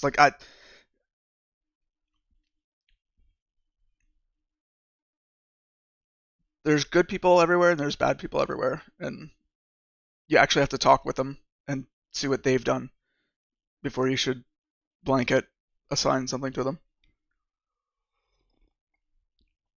That's the job hunt in a nutshell, though. Every single bullet point about you is either an instant hire or an instant pass. Roll the dice. Yeah, and unfortunately, they're using AI to like scan for uh, applicants that like actually match the hiring criteria or not, and it's just like hiring managers are bad enough, but like um, there's just a real gap between people who know what they're doing and can bring value to your company getting hired and what we've got. So what was I doing? I was trying to update the tests. Okay.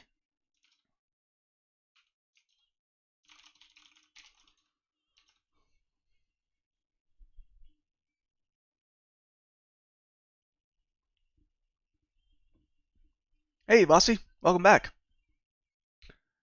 How we doing, Tester Man? We're doing good. We're at a point now where I'm uh, I've pushed some changes to glop, and we're gonna see if we can get haunts to use the new testing stuff.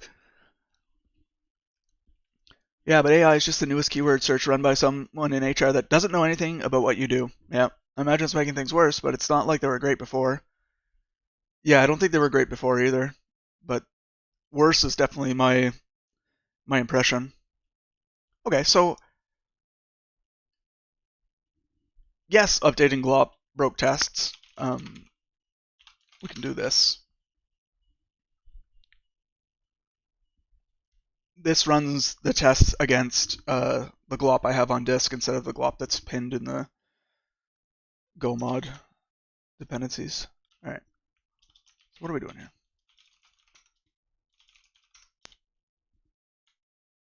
Oh, this is starting to look like this is what it looked like when we were running in CI. I don't think CI looked like that, but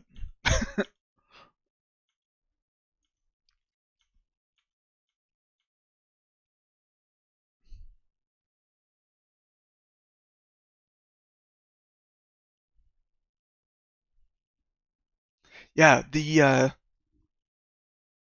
why can't I scroll this? Oh, yeah, the one of the big changes is that the frame buffer that we're using now actually has like an alpha value in it, which they didn't before, or something. Because now when we read pixels, we can actually have a transparent output, um, whereas before we couldn't.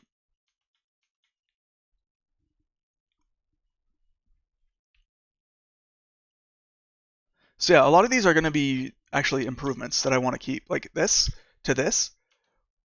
This looks better than this. I want it. This slightly better. You can kind of tell that the cobweb shows up more on this one. Um, this is good. This is good.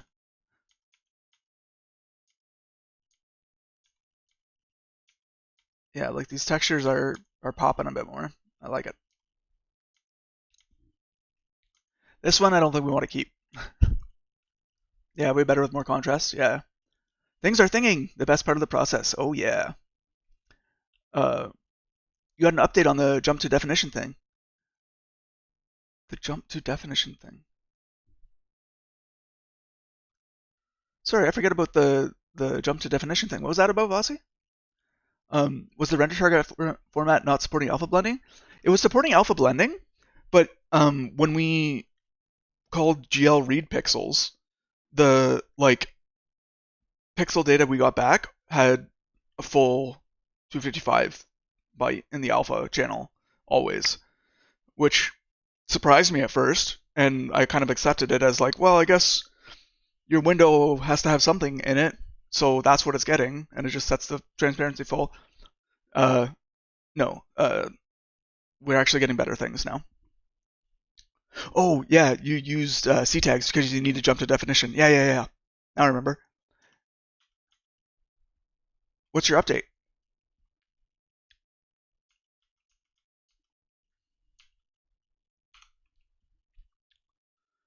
Okay, I'm gonna say all of these.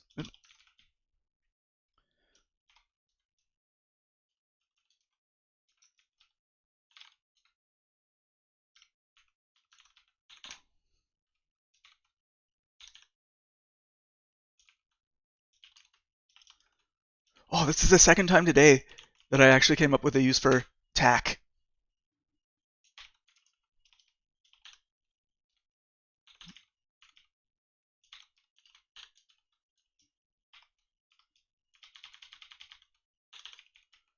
Okay, so now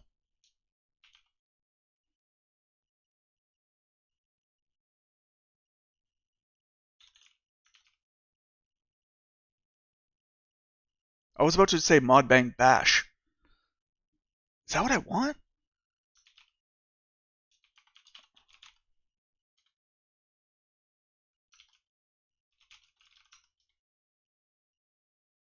It is what I wanted.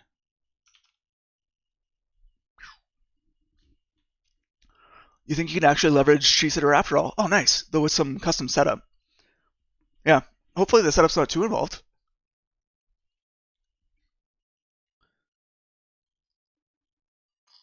Was there a reason that you needed tree sitter when you're using C tags?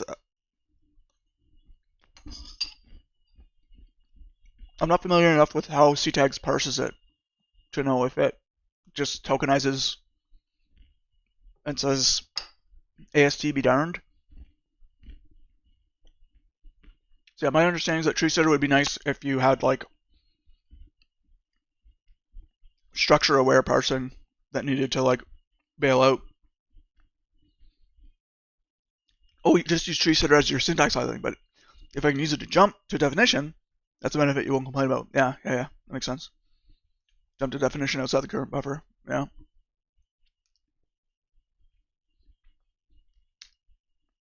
I thought C tags would have jumped to definition outside the current buffer. Out of the box? No? Maybe I don't understand.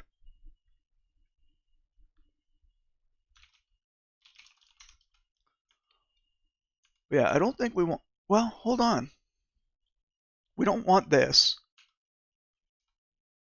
And the reason this is happening is because we're not blending.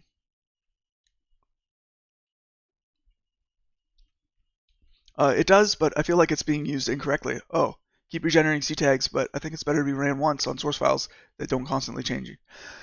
I gotcha. Yeah. +1 to not running it over and over unnecessarily. Okay, so I think this is happening because we're blending a texture, to use the terminology, I think, but we're not using blend, and we need to be. So let us investigate.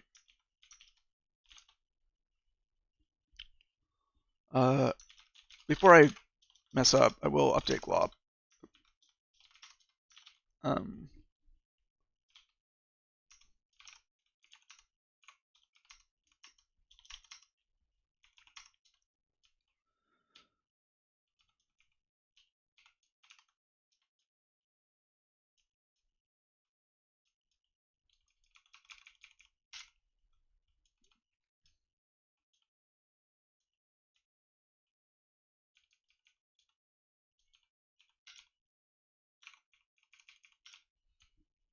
Yeah, texture list. You probably want to have enable blend. Does the blend setting get captured in the command list thing? I don't know. We'll have to look it up. Rather just have C tags set up to jump to SCL files since they are way less likely to be changing. Yeah. That way I can, in theory, just load into a C++ project and have jump to definition working immediately. Yeah. Which is all I need. I don't care for other features, really. Yeah. Yeah. It's been a while since I used C tags, but it makes sense that you should be able to like index your library files that don't change once and not need to clobber that when you're tinkering away on your project. Yeah.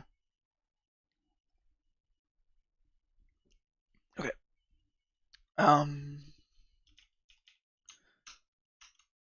Does texture list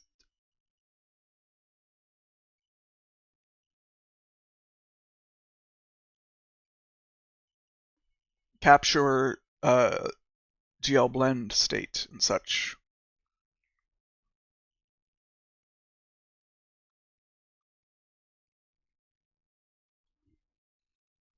Display list, yeah. It feels like I'm abusing C tags. It's much better suited if I just generate once and leverage tree setter or similar.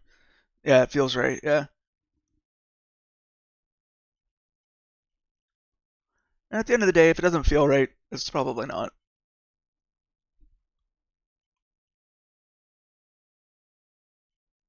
Okay.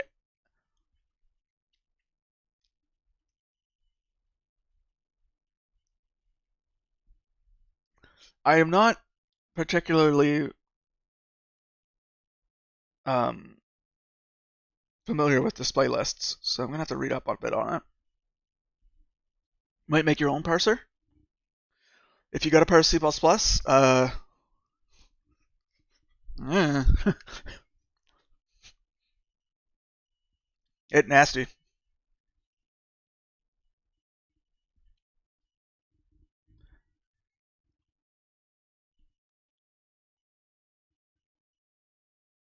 Certain commands are not compiled into the display list, but are executed immediately, regardless of the display list mode. GL enable. Enable client state. Pop and push client attrib. Yeah. Yeah. Sure.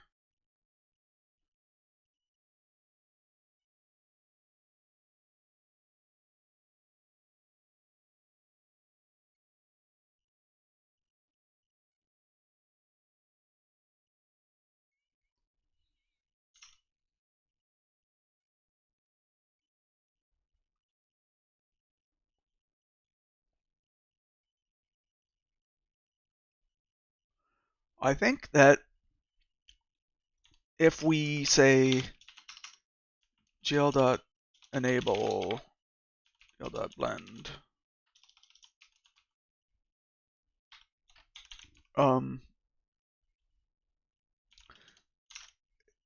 it's client push and pop attrib, not server side attribs, right?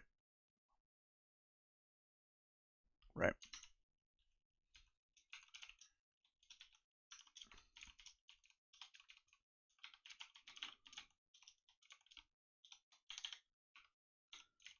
So what we'll do is that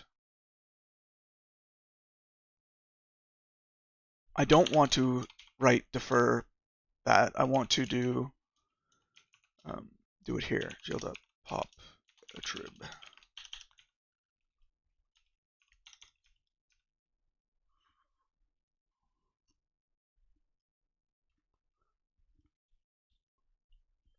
A higher level one, I only really need it for includes, types, fields, functions, and I don't need it to be node-based or super extensive, just enough so I can use that instead of treesitter in the future. Treesitter is what I'll pick off of for now. Cool. I say higher level like it'll make it any easier. Still got to detect stuff at the end of the day.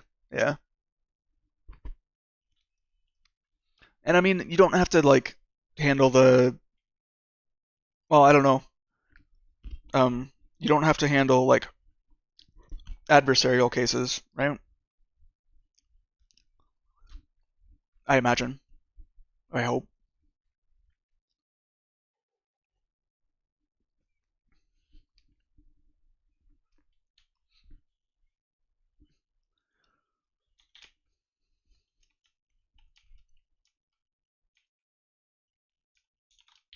I want to like have this.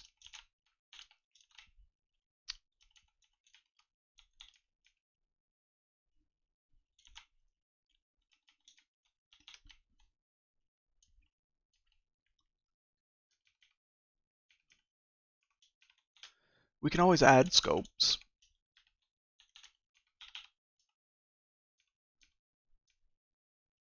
if we care.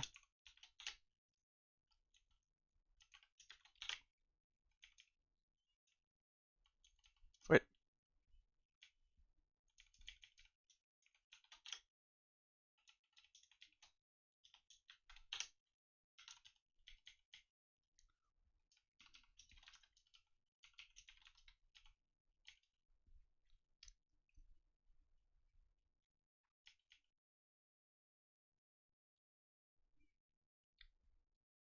Uh, elaborate. Not sure what you mean fully. Oh, like the adversarial cases. So they're like you can imagine that you've got like a recursive descent parser, right? Someone who's a jerk might say, "Oh, that's a nice recursive descent parser you've got." It would be a shame if somebody made you, you know, recurse into your function so many times that it blows your stack.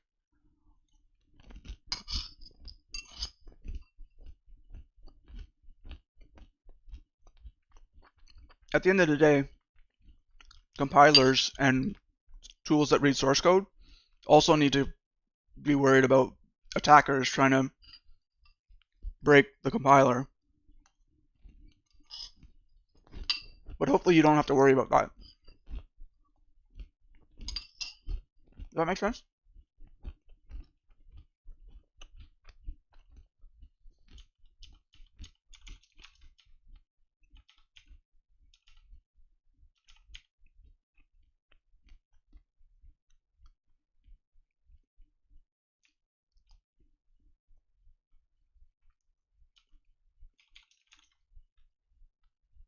Shouldn't need to worry about that. Maybe for my niche use case, yeah. I can make it open source, but it'll only do the very minimum I need to do. Yeah. And that's the thing, right? Like, if you don't need to do the whole standard or like have backwards compatibility or deal with attacks, then you can have a lot simpler of a parser. Yeah. Because I feel like I'm using an overkill solution for a minimal usage. Yeah.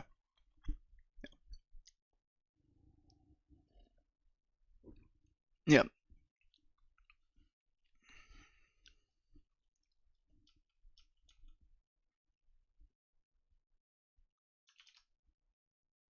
Did we fix that test? We don't have a blend func.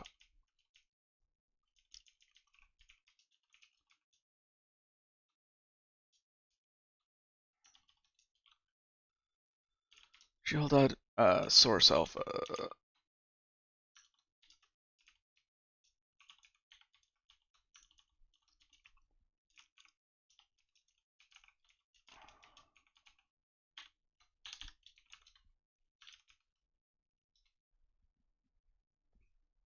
I need to make test fresh to pull away old rejection files. I'm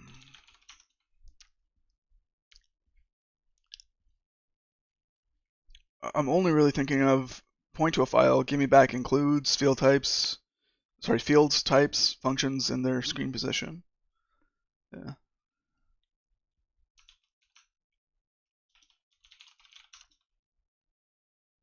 Did we just fix the startup test? Kind of looks like it, eh?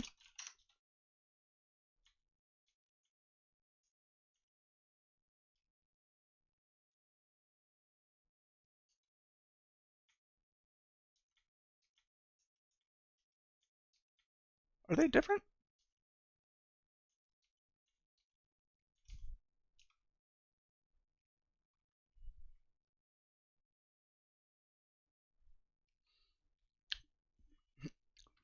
Doing something stupid in overkill because it's neat is just how us devs are.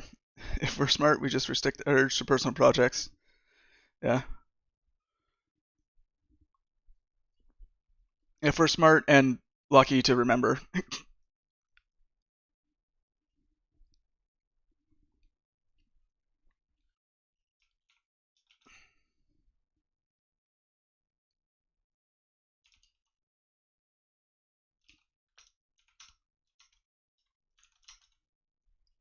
Okay, so hold on.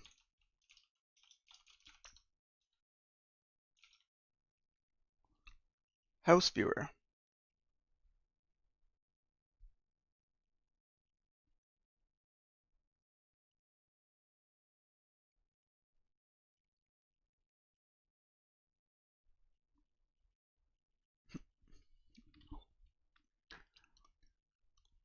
Unfortunately, this jump to definition thing has never quite satisfied me, so it's a fine, I'll do it myself moment for me. It could maybe benefit others too who don't strictly need every flashy feature an LSP provides. Yeah.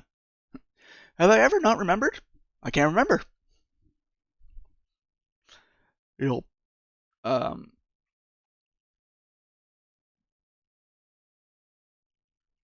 but look at this. House viewer, room viewer, cobweb rendered, res test walls, res test, room viewer. The only ones I'm not seeing that we've already updated.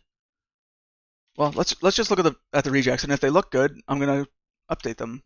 This looks good. This looks good. This looks good. Oh.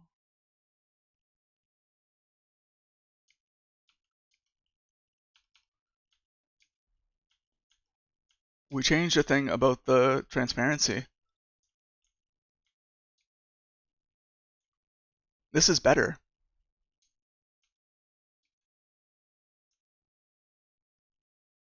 No, it's not, because it should have been blending. Should have been blending. That's okay. Yeah, these are still broken. That's fine. Res test walls and up is fine.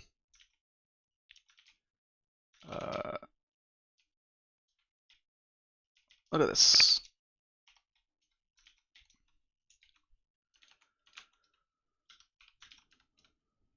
Oops. What the heck happened there?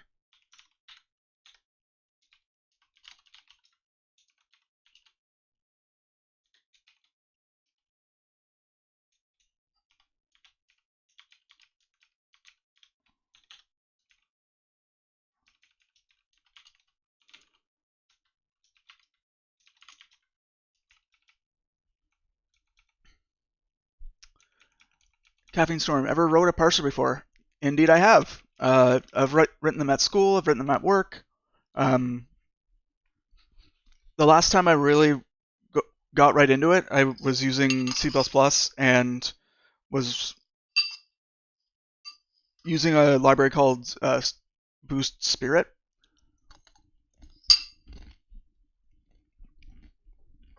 You could basically write your grammar as a. You could write your BNF grammar using operator overloading to like make it look in the code like your grammar would look, but it's actually valid C++, and they would use template meta programming to generate the parser. It was if you ever want to barf, go look at an error message from a template meta program. It's nasty, but yeah.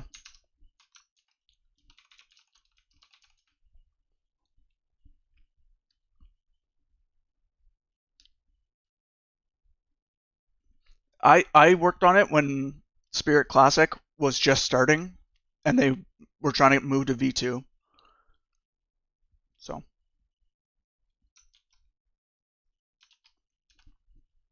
hard thing to do. I'm jumping in this blind. Think of using TTD for it too potentially. It's not hard. There's a lot of parsing is one of these things that's studied kind of to death in academia. Or at least that was my kind of feeling. So if you've got like a formal background in regular languages and context-free grammars and push-down automata, that kind of stuff. If you know what LL and LR and LR1 or LL1 is, you'll be fine. Otherwise, there's some reading you can do, and that's fine, but you don't have to. Yeah, I'm not sure what your total background is.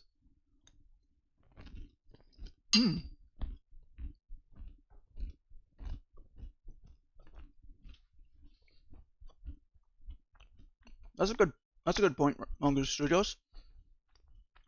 If you're not put up by Go, writing an interpreter in Go by Thorsten Ball.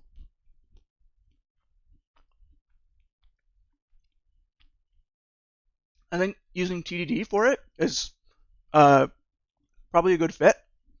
I can remember like in my compilers course or baby compilers course, was it big? No, it was like the fourth year course.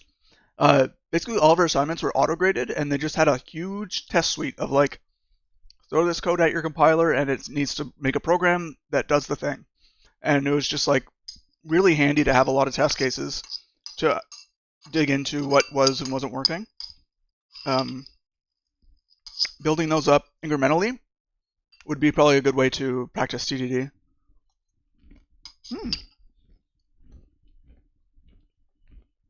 TDD-ish approach in the book too. Nice. Right.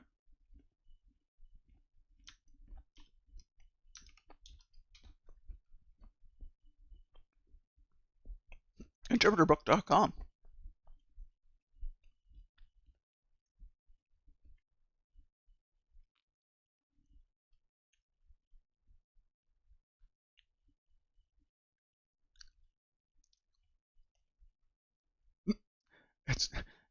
It's it's got a logo even though it's only for the book, but yeah.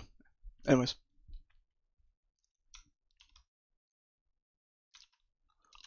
Link for reference.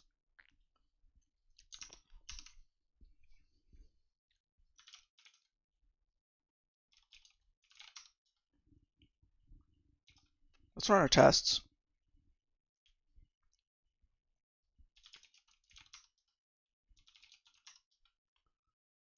Okay, why are we not getting comparable things run to run here?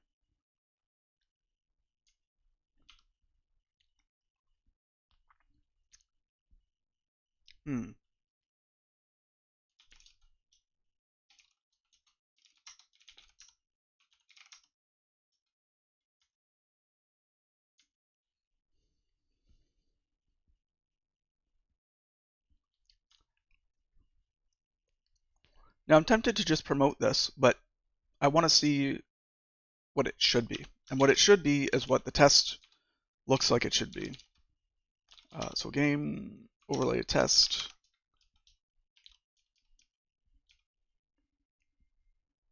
So when we draw an overlay,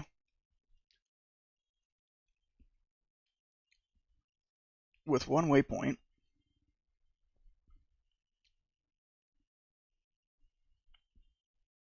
I think we need to put it onto a black background, and so it should be the old way, not the new way. It should be this, not this. Okay, so why would the background not be blank?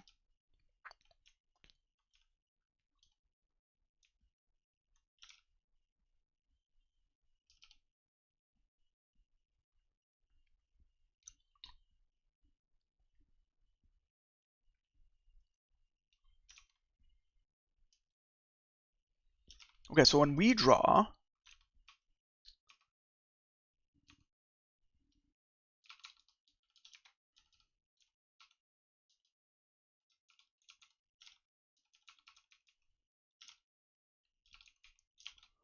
when the overlay draws,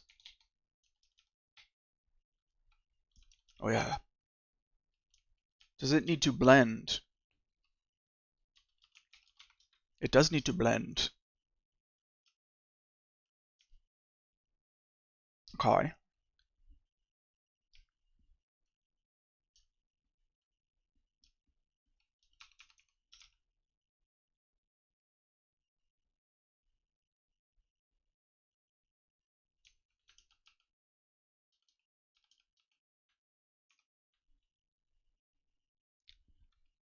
Caffeine Storm, I mean, if there's already a easily accessible parser, which does what I listed and is minimal, then I'd use that. Yeah.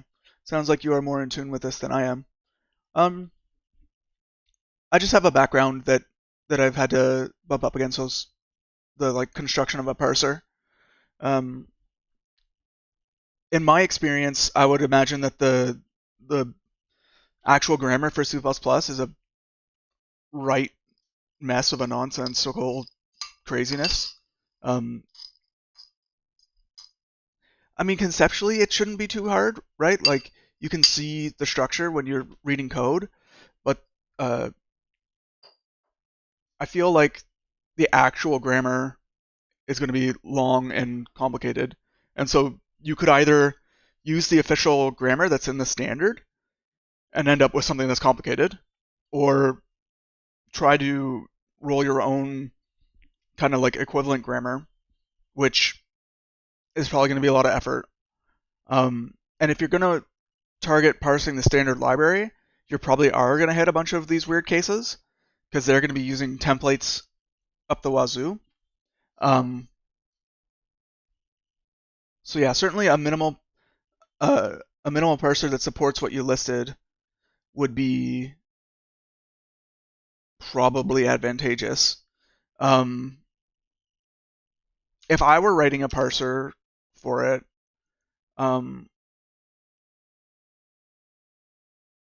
My mind went to like a Clang rewrite thing. Uh,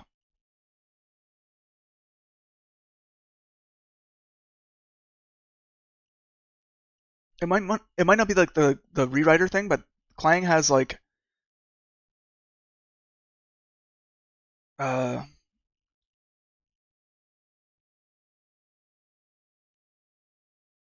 wants to support plugin or like pluggability for uh running your own code over the like, basically the AST that they come up with.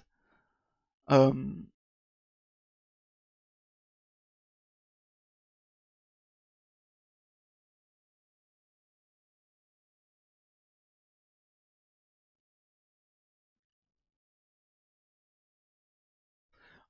yeah, I might take a look at this. This might do exactly what you need it to do, and give you the hooks, the API that you could use to actually get what you want pretty easily. Um, if you're only doing GCC, I don't know if there's an equivalent.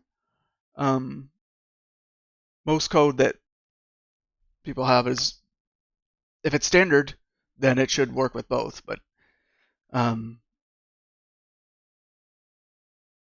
this will using this stuff will be the kind of there's dragons for the parsing, but here's the nice kind of spots you can hook into. Um, but yeah, the main inspiration for this is because you use MSVC fairly often. Ah, um, I don't know if there's um,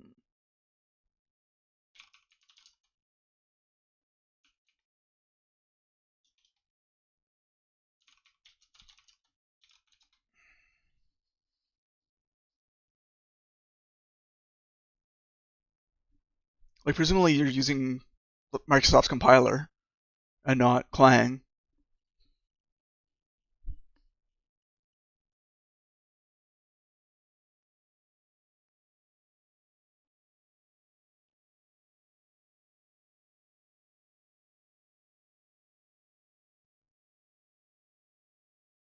Eh,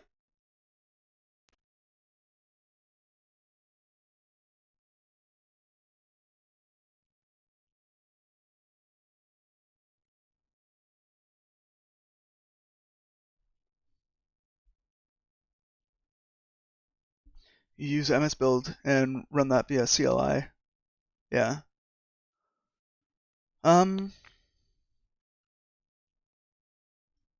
your mileage may vary, but uh, if you just need one ctags index file to jump to standard library things, you could get a copy of the standard library, build it with Clang, and run your thing through Clang.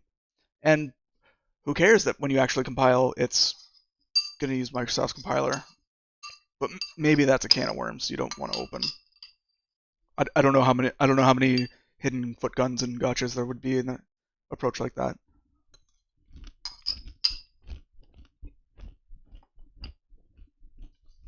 Treesitter isn't dependent on a specific compiler though.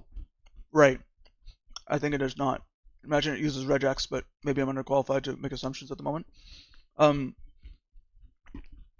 so one of the things you learn in CS when you're talking about parsers is that there's like different types of language. Basically, the things you can pattern match on with regular expressions is actually a smaller set of language than what you need in order to do like C or C++. Um,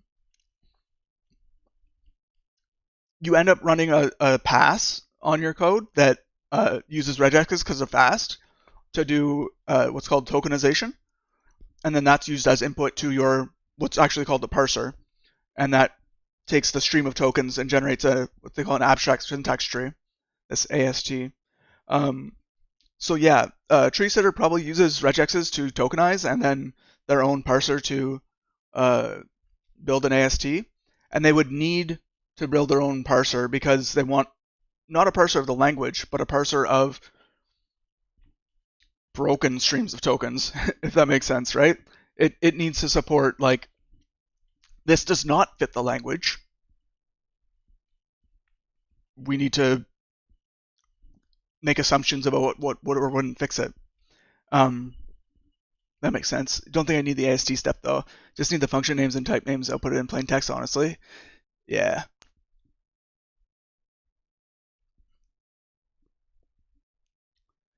Yeah. I mean, something like vim if and expand C word, for example. Yeah.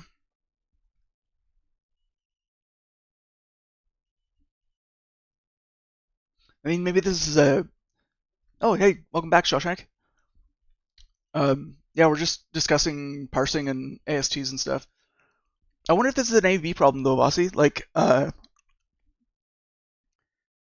what you want is a way for C tags to jump to the definition, and you don't want to rebuild it all the time. That's really what we're after, right?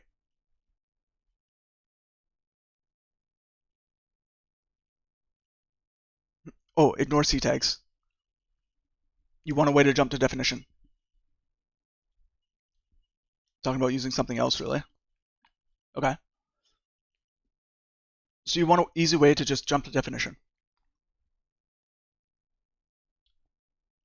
And you want to support C++ and other things? Or just C++? I'm assuming that yep is about just want to jump to definition.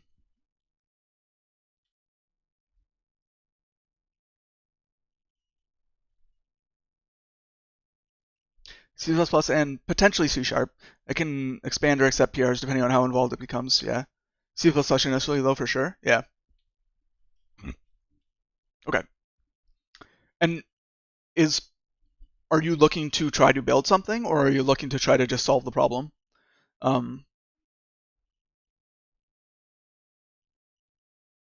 If you want to just solve the problem, this is the thing I use. It's got its quirks and things that are good and bad, but works with Vim. It's pretty fast, and I can endorse it as it works for me and a bunch of other people too. Uh, there's a few people who start it. uh,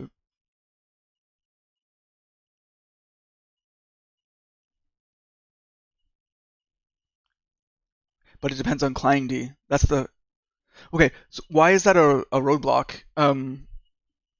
Is it that you can't install ClientD on your machine, or you just don't like it, or because I think it just runs in the background. You don't even really know it's there. Just that it, but that's the thing. I think it will work for MSVC projects. Uh, I think. No, maybe not. Um, it needs a compilation database. Yeah, yeah. So it needs a compilation database. Have you heard of our friend Bear?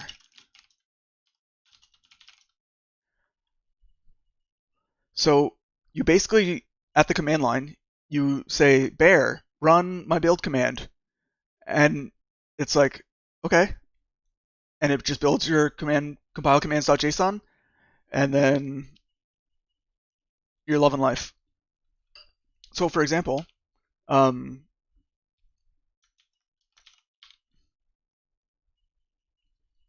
actually have heard of Bear. This was before you knew about WSL. I don't know if Bear is Linux only or not. Um, but certainly, like, you could get most of the way there.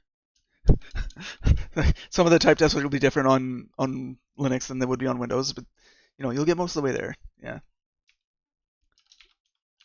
Um,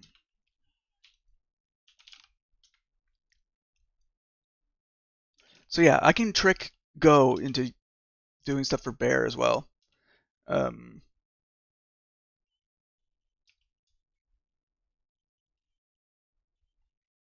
So yeah, so whenever I need to update the compile commands JSON, well, whenever the native sources change, I want to update my compile commands JSON. And I do it by saying bear, please make a compile commands JSON at the right spot, but make sure you run in what's called wrapper mode, which is different from its default of like hooking into the dynamic library. So, do you know about LD preload? Um, uh,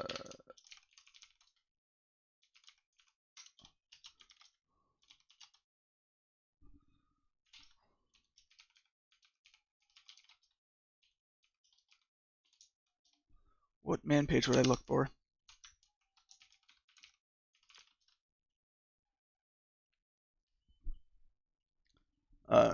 Wouldn't bear allow me to use an LSP though? I guess it'd be nice, and I'm not ruling this out of the picture, but I only really need jump to definition because the less fancy features, the less problems you have to deal with in IMO. Yeah. I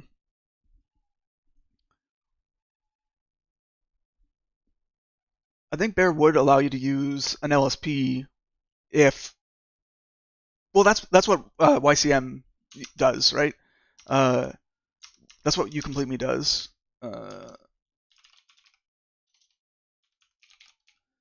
It implements a language server protocol that your Vim then talks to, if I understand it correctly.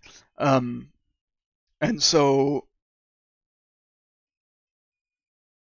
it needs that compile. Its LSP server needs that compile commands JSON to work.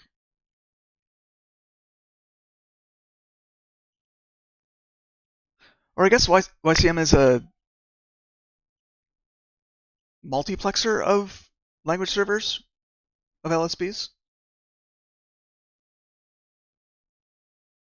Yeah, because I think it's like YCM talks to Go Please, and then I talk to YCM.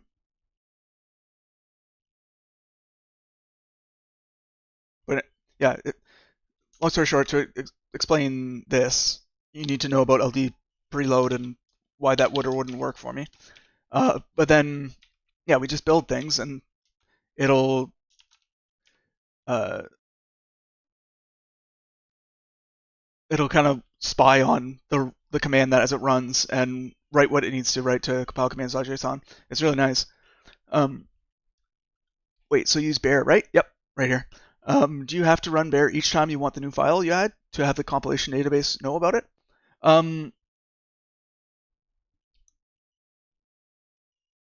Do I have to run bear every time? I don't think I need to run. So if I add to this set, if I add like a .c or a .h, I would have to rerun bear, which means I would have to run the build. Yeah. If you create a new file right now and try to jump to definition, does that work immediately? I doubt it. Let me see.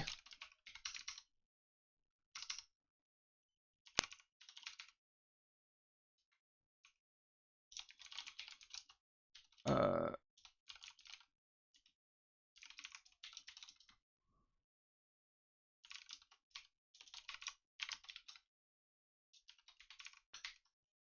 yeah, I just tried to autocomplete here and it's not working. Glop create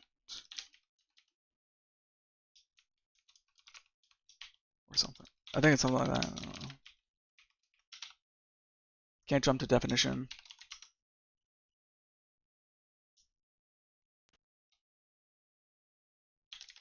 What if I did a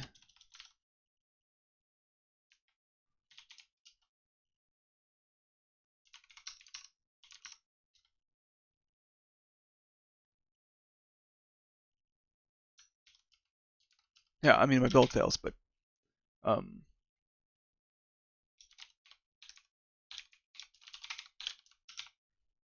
yeah, can't jump to definition. So no, would need to run bear and the build, which I guess is contra to your point, right? Oh, that's ugly.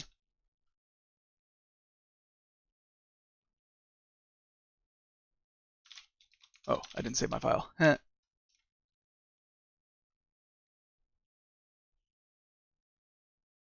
Yeah, so I would say it doesn't work immediately.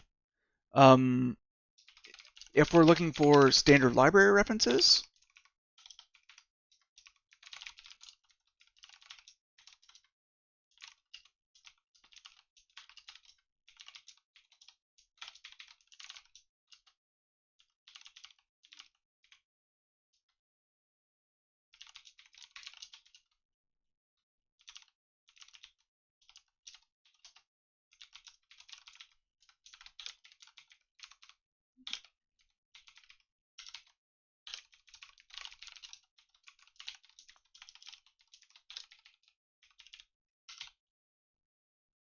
I can jump to the standard library before building out the compile commands.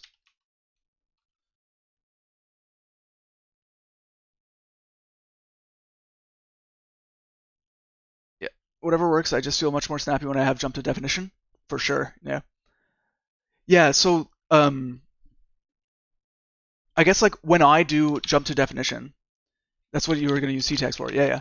When I jump to definition, I hit backslash. I hit a bunch of things and then break it. I hit backslash and then D, like leader D. What that does is calls YCM completer go to definition. And so you complete me or YCM has like that server client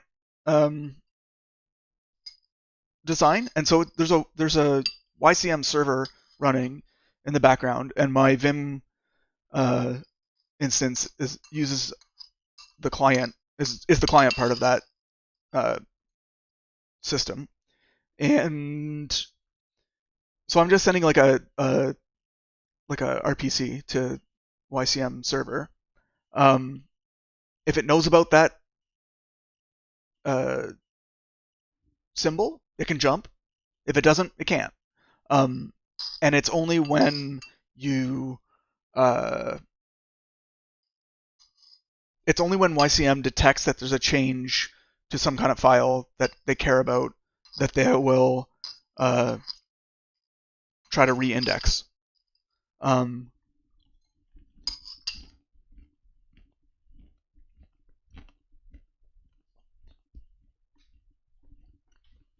But certainly they haven't seen any changes to the standard library, so they don't need to re-index that. You do have an ALSP set up in NeoVim, but only for things like Lua or something that I know will work 99% of cases without having to reconfigure. Yeah. Hold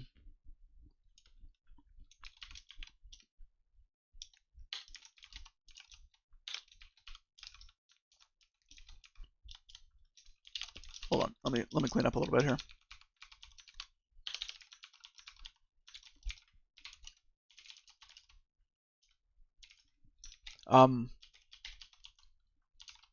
Oops.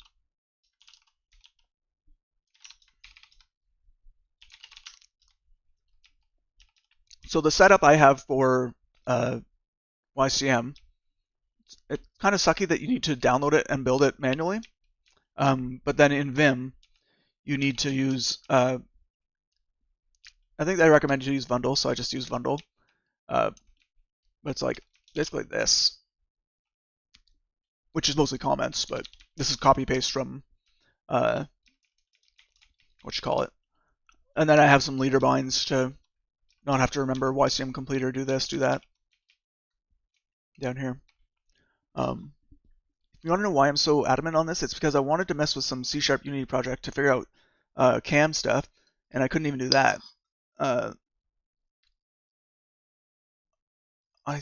CBA with LSPs for anything other than Oh, it can't be arsed with LSPs for anything other than scripting languages, unless a build system is in place already. For example, CMake. Yeah. Okay.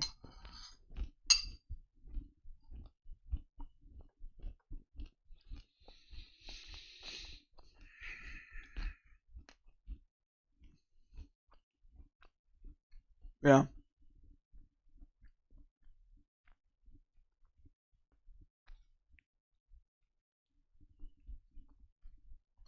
It really is the only thing you need is the jump to definition.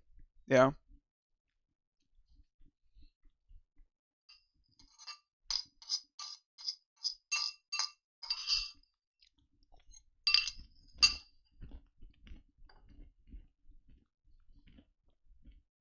Then maybe we need to go back to the C tags thing, right? Because C tags should be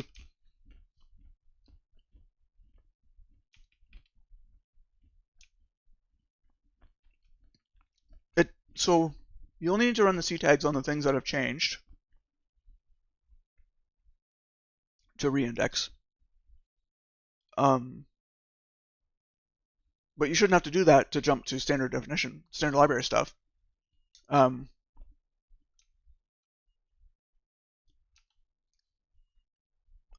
I imagine there's like a C tags option for like you don't have just one and only one uh, C tags file.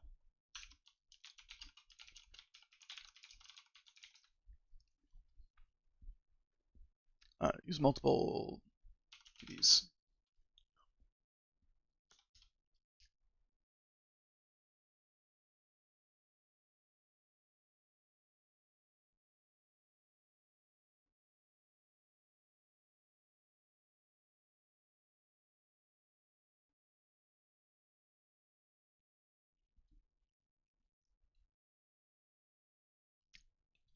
I don't know what their terminology would be.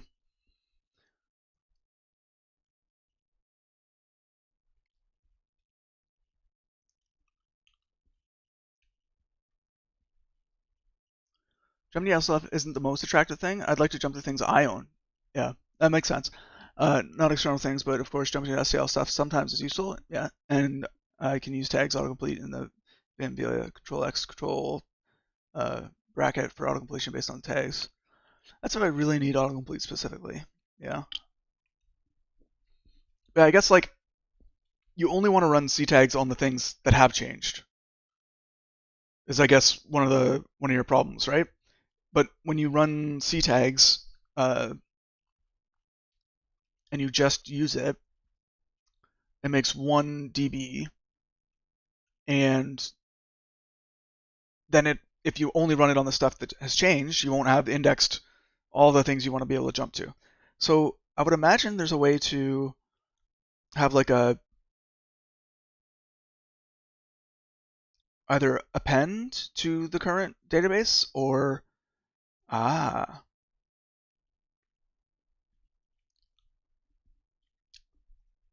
what if you use C tags with dash dash append? You'd index once you'd have to like manually index your STL one time, and then your auto commands in Vim can, you know, C tags index dash dash append with current buffer, uh,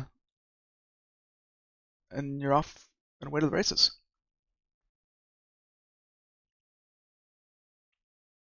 I don't know this will end up with like um,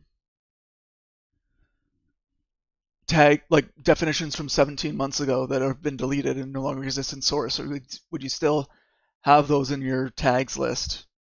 It kind of implies that. Um,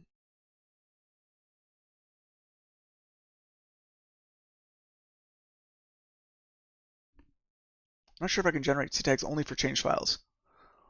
You ought to be able to. You ought to be able to say, hey, C tags, only look at these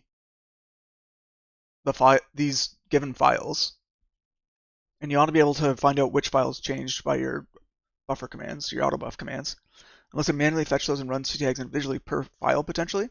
Exactly. Yeah. Like you're worried about reindexing the file that you just saved with :w, right?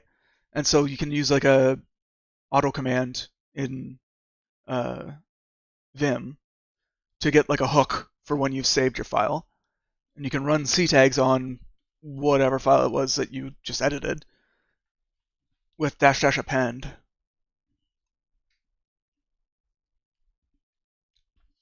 Yeah, you did set up something in Vim already to auto command for buffer rewrite. Yeah. Also handles WA. Yeah.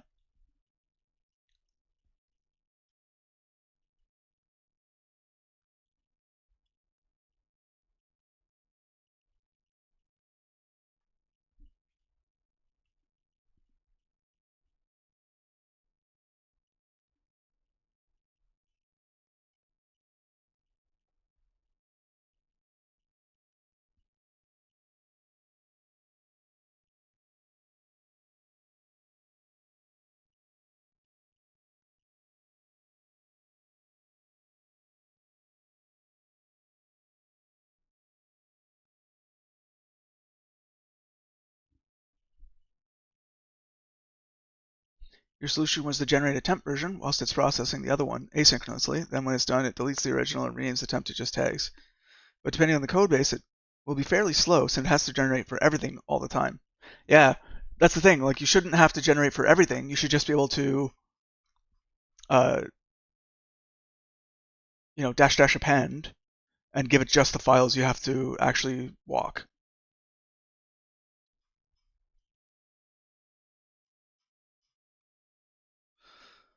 I'm trying to see. Maybe we should just run a test here. Ugh.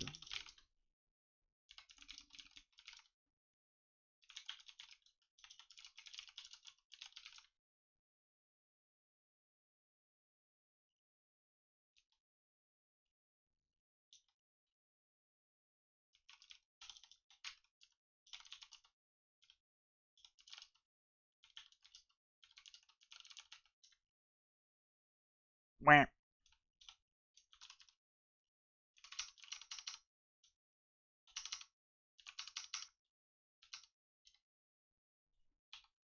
No keystrokes for you while I type my sudo password. All right.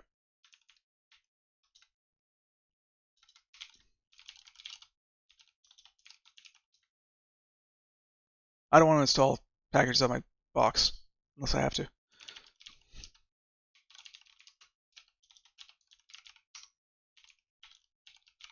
Oops.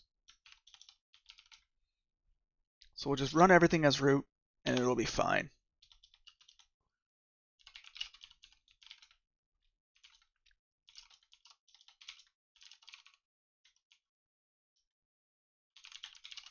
Sad.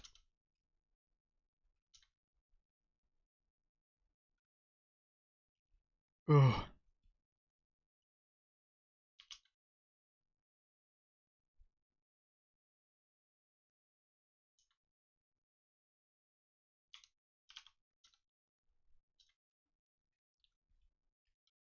I'm just gonna laugh at this CTAG skill issue on my part. I mean, you never know till you know. Podman spotted. Love me some Podman. Yeah. Like, why do I need to open up my? Yeah. I mean, Docker is great for having blazed a path and taught people about bringing your own dependencies, but oh, I I don't want to be root when I run some random thing I'm downloading from the internet.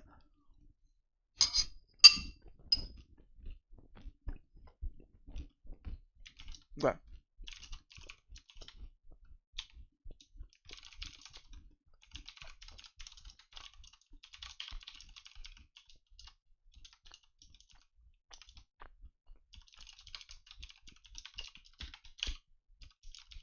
Now my fingers are going to be confused because it's not real. It's not my Vim. It's normie Vim.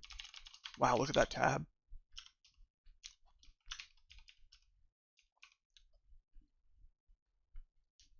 Exactly. So much of the DevOps tooling still assumes everything is safe and cozy in the world. Everything inside the network should be trusted completely. And that's why people get owned. That's why people get owned.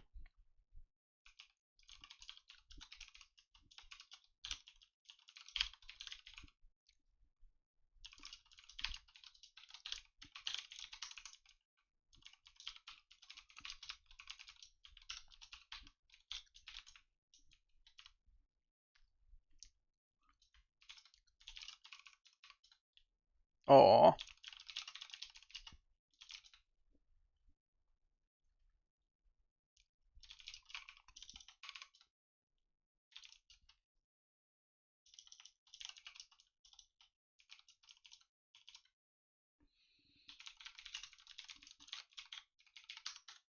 We'll get there.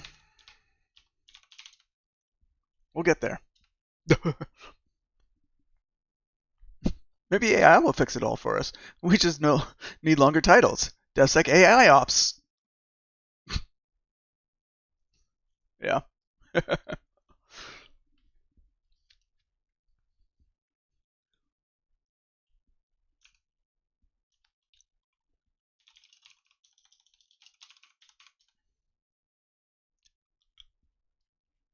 Hey, Stefan.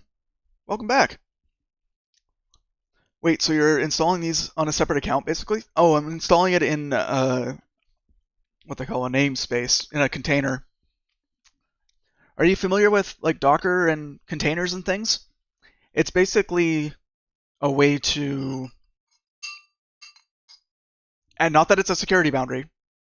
It's not a security boundary. Let me be clear, it is not a security boundary. But it's a way to have like an isolated environment on your box. It gets its own file system. It gets its own like lots of things, but not everything, and certainly not enough to make sure it's safe to run untrusted things just because it's in a container. Haven't used it yourself? Yeah, I was skeptical at first, but then when I realized like it's just another way to name things.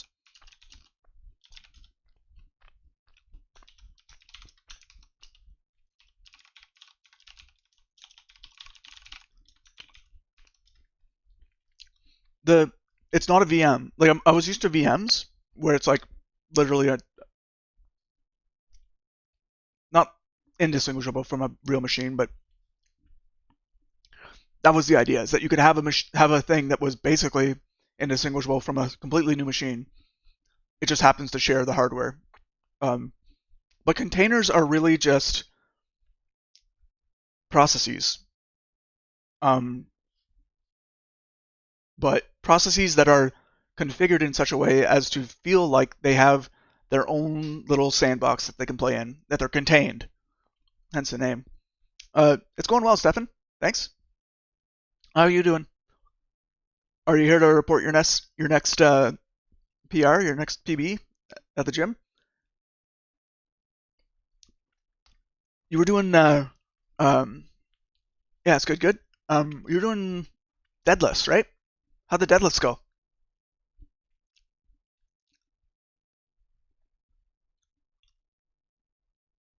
Oh, you're done with that for some time? Yeah.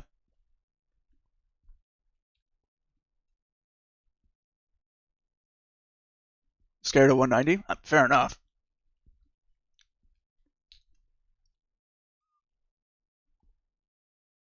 You ended up doing 200? Wait.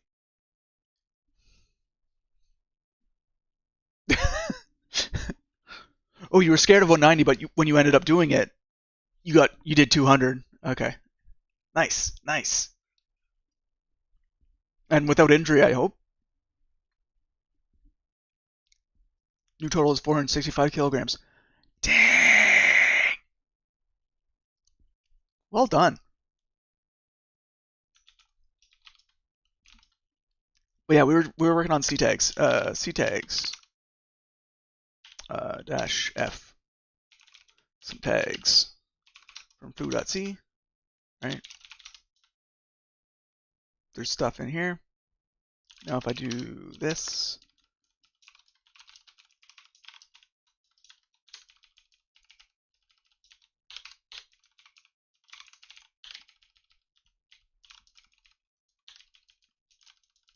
don't use puts, by the way. It's bad.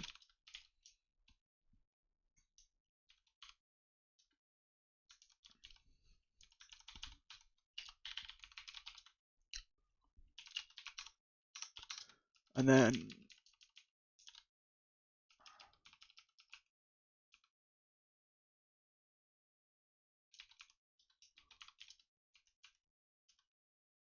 Okay, so now if I do vim foo c and I try to search for this, no tags file.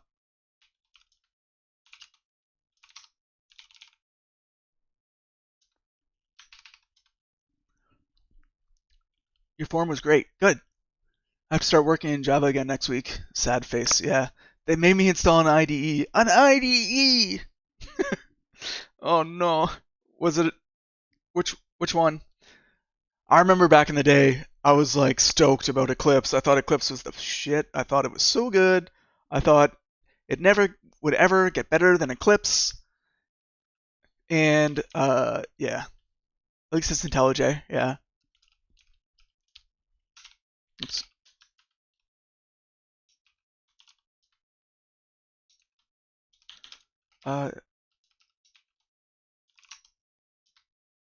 It's not the quick fix list, it's TN. There's only one matching tag. Okay, we have proven that dash dash append will add tags that aren't there, but it won't persist the things that we've overwritten. How do I explain this? Dash dash append works the way you want it to work when you're editing your own code.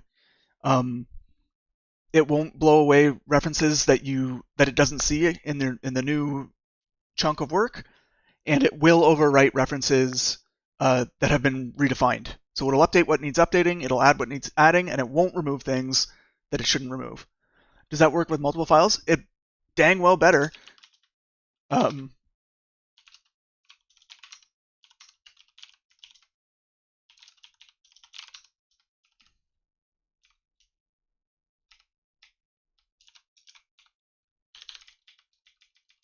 But that's a good test case. We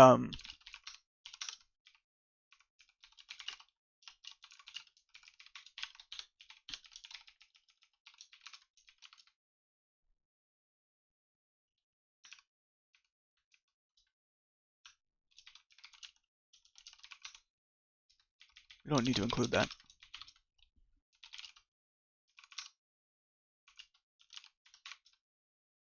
Okay. C tags. Dash F is some C tags. Append, please, from foo C and bar C. All right, let's go to foo. So where do you think hello is? Couldn't find tag, just guessing. Whoa. I didn't do the magic. The magic. We gotta remember to do the magic. No, can't do it.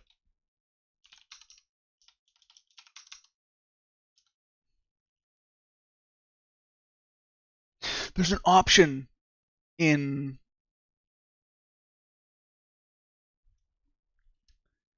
Oh yeah, Stefan, you got a free IntelliJ. That's not bad. That's something. That is something. JetBrains IDE is my favorite. Yeah, in terms of IDEs, I think JetBrains is pretty good. Favorite IDE is NVim, right? What's a better IDE than no IDE? Exactly. Dash R for recursive. Oh, when I'm generating tags, it should do. I thought it was an option I pass in Vim to do tag lookups outside of this file. But give me them good clicky, those good clicky buttons. Sick. Let me get the exact command I run. Like dash R is for looking for input files.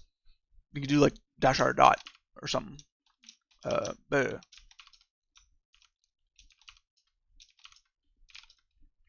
So like dash R dot should do that.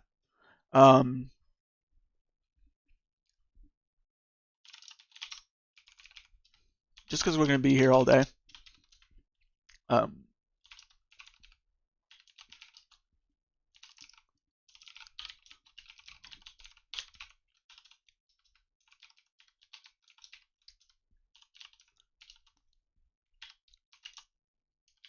So output to the target, some tags, reading from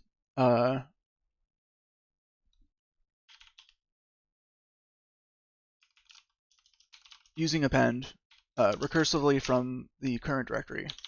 And then we're going to .phony some tags so that it always runs.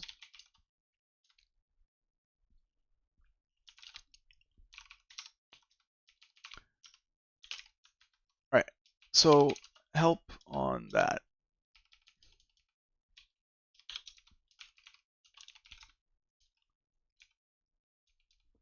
Yeah.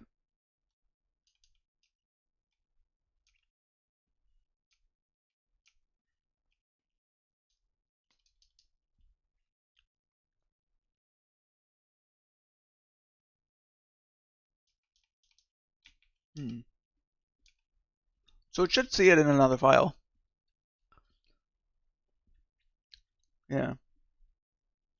ctags -r -- language is C++. -- tag relative is never. Yeah.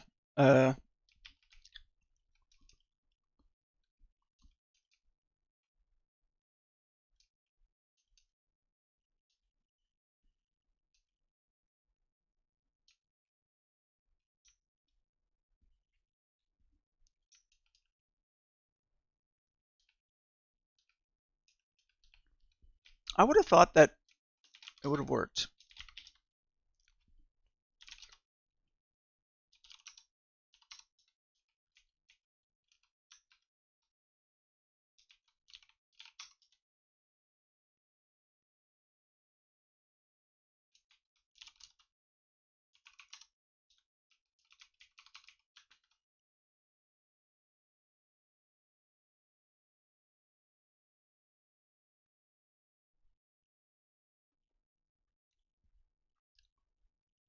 Oh, tag relative never? Yeah. That way the files it puts in the tag files are absolute paths.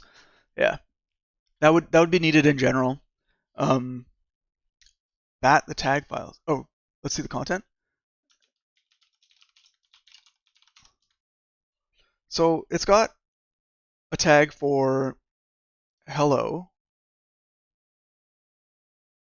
as a function in bar_c, but it also has it for in foo_c. Now, is it because I did the extern trick? Maybe I just need to include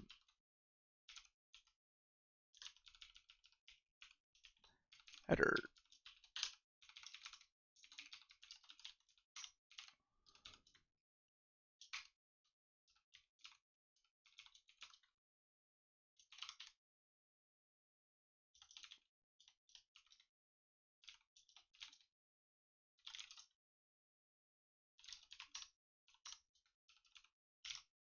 Eh, can't find tag pattern. And yet,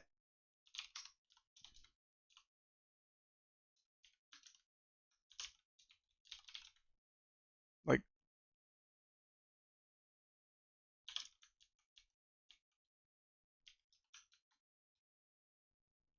so yeah, I guess it doesn't work.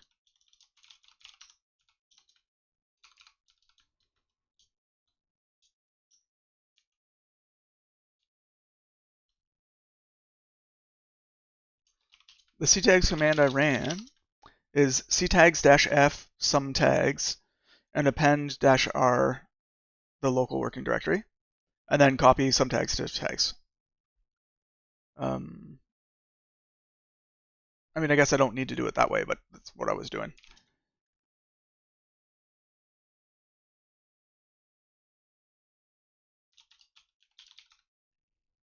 Oh, I don't have man pages. Yeah, okay.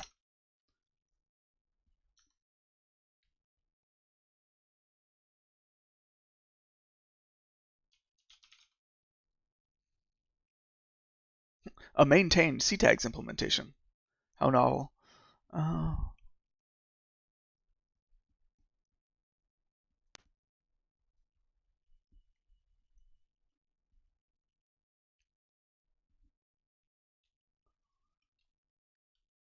Set tags? Yeah.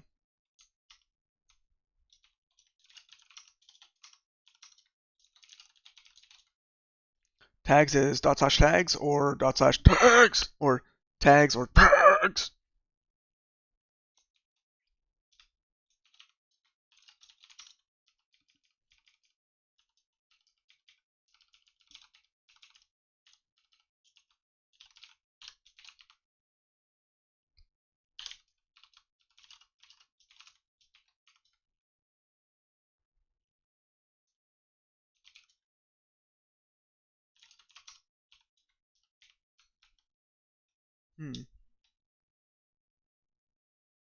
Yeah, it worked just for foo.c, but introducing another file has caused issues. I agree.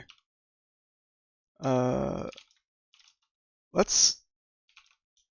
We have our old tags file, so I'm gonna remove this one and remake it. Okay, so that jumped. Providing it languages equals C++. This is just C, so it's C tag should know C. Okay, so what do we just see? Yeah, we aren't. Yeah. That's okay. It's a good thing to think about.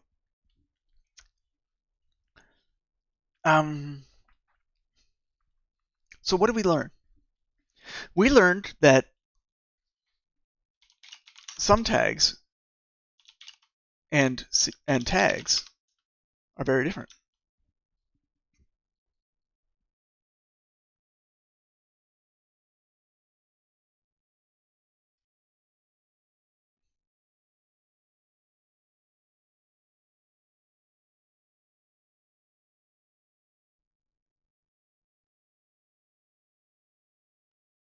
Is this saying that if this still has high for foo.c, which is not what we want. High doesn't exist anymore.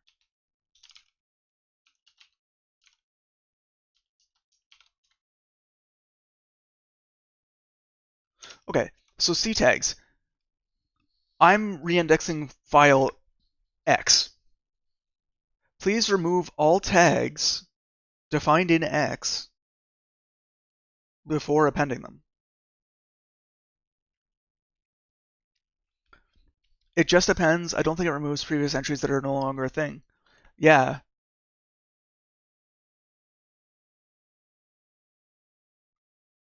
It'll update redefinitions, but it won't remove things that have been removed. Yes. Unless there's an option for it.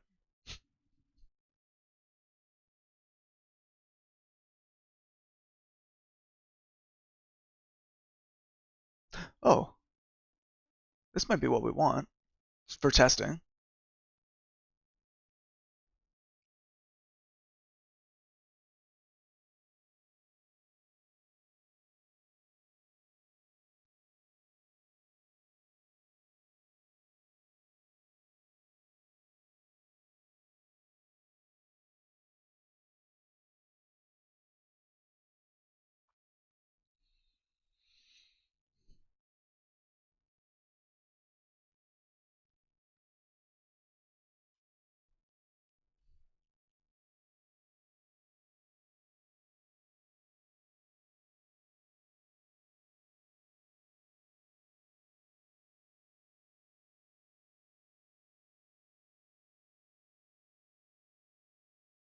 I certainly when I was using C tags, I was using a lot of extras as well.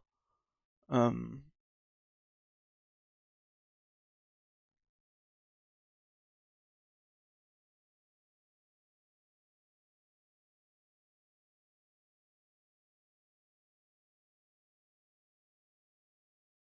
yeah, relative never.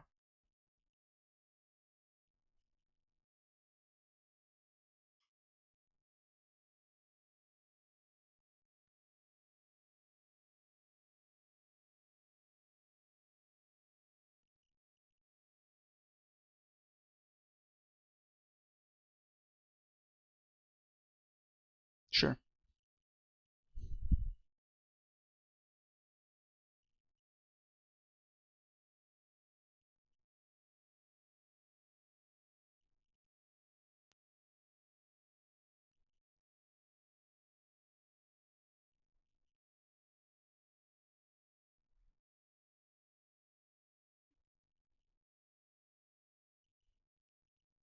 Yeah, it is a shame if it has to regenerate each time. But that strikes me as like really obviously not great and should have been fixed. C tags. Drop removed tag names.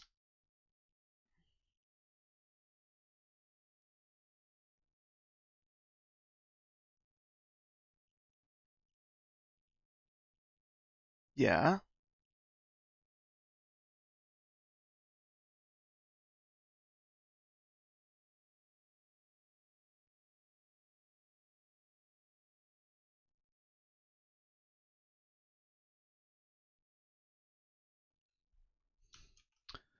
C tags use multiple tags files.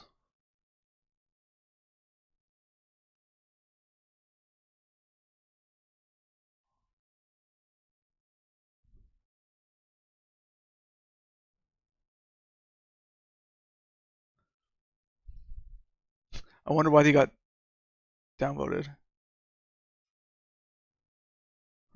Field. Sorry. Um,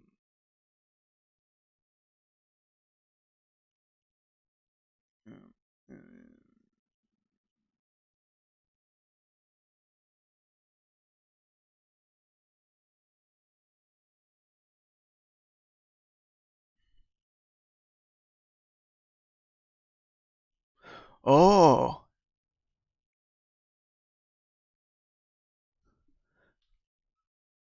unless you can call append and just provide the source file which has the change. So let's say there's an existing tags file. Yeah, just append with the source file that has change. Yep. Or is that what you did already? I think that is what I did already. So like I think the sequence of steps that we're seeing not work is that um, you know, make version 1, C tags, whatever. But it's write version 1. Write version 2, C tags, whatever. Write v3. And then at this point, tags will have, what is it? Introduce func foo, remove func foo, uh,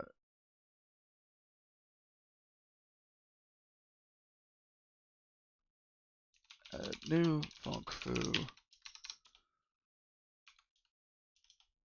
look for tag for foo, right? So dot tags will have the foo from v1. The second C tags invocation doesn't remove anything. Yeah.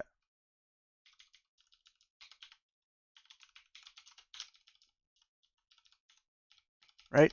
And then even if you C tags again,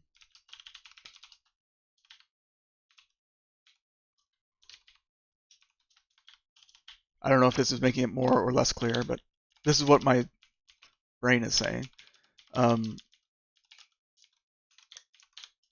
It'll still have the foo from v1. It will also have the foo from v3. Assuming it's, in f.c, in g.c, right?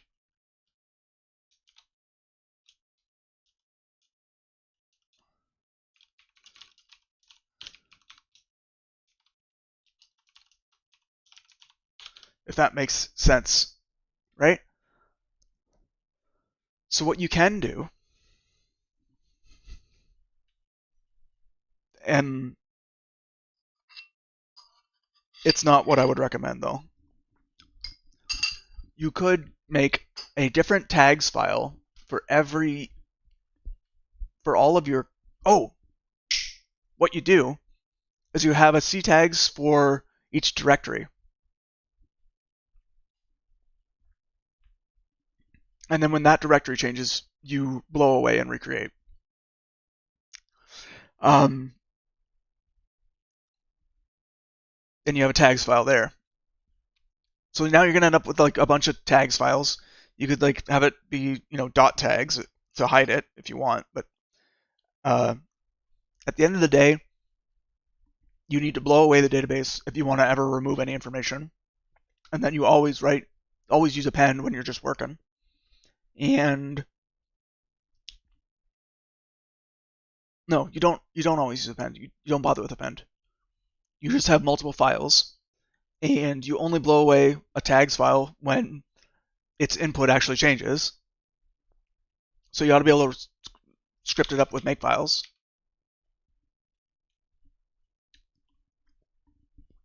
Yeah, that's what I would do. So I think the thing to do,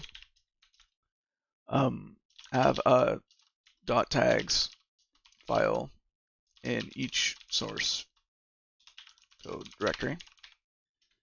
Use make or whatever to run ctags -f dir.tags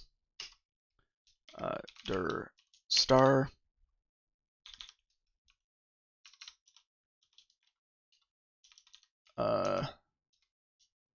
nope, not recursive. Don't and don't use append. We have to blow away the old file to make sure we're calling old references that shouldn't exist. Resolve anymore. And then in Vim, set tags equal to something like tags dot tags and then like star dot tags. There's probably a value you can set tags to be like any file in the current working directory or in a contained subdirectory that's called dot tags. Use it as a source, and then you only have to blow away per directory, and everything else will work.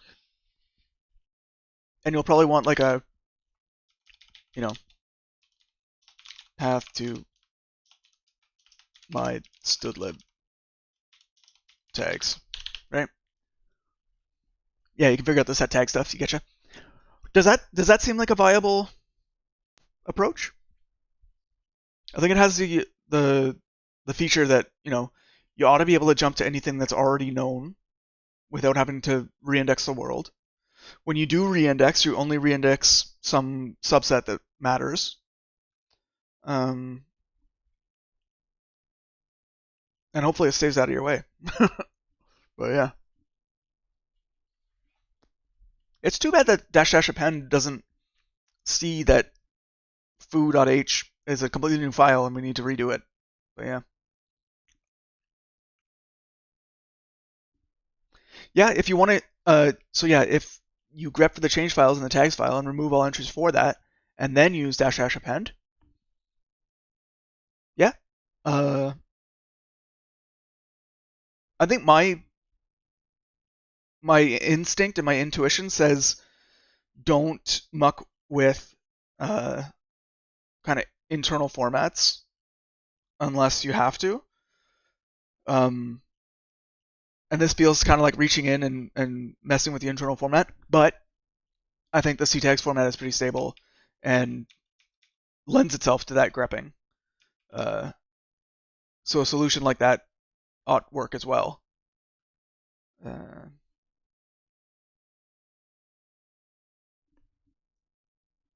Yeah. I'm not sure which I like better. I like yours that it's like you don't need to have dot tags everywhere. Um, you get to use the power of dash dash append. Um, yeah, it's only a text file at the end of the day. Yeah, you're right. I think it's just a hacky fix, but a good one. Hopefully that works. Thanks for the dash dash append. No, I didn't know about it either. Don't worry about it, man. Saves having to generate a dot temp. Yeah, yeah. Uh, I'm trying to think.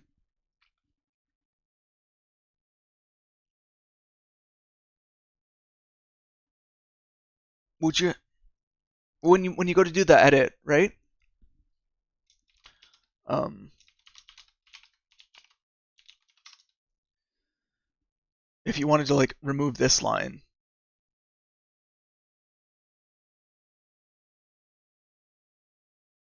yeah, I think just removing it should work. Maybe. Like I don't see like a there are so many lines in this file kind of marking or whatever, but yeah. Certainly, let's see if that works and report back. Your idea was remove the entire line? Yeah, yeah. If you remove the entire line, you're worried it might break the format Vim is expecting? Only if, uh, I don't see any reason why it should. Like, it'll still be sorted if you remove a line. Um, I don't see anything like, go to this line for, there's no like reference to the data already. Uh, so it looks like it should work. Um, I was thinking that like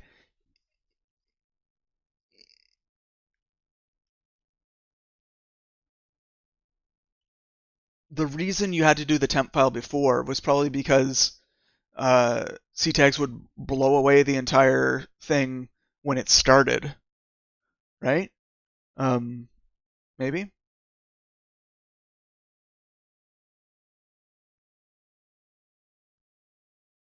or maybe it would incrementally output its thing, and you wouldn't have anything to jump to while it was working.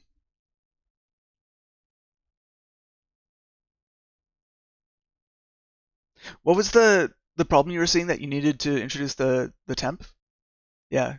Also found that when I didn't have a temp and generating C tags, couldn't then jump to definition on things working before. Okay, so both. Yeah. Okay. Cool. Um. Yeah.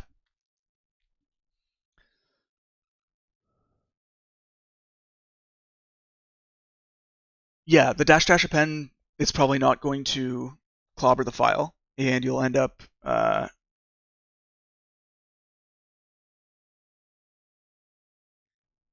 being okay. I think. Uh. Yeah. Your idea with the temp file is you can still jump even while the new one's generating. Yeah.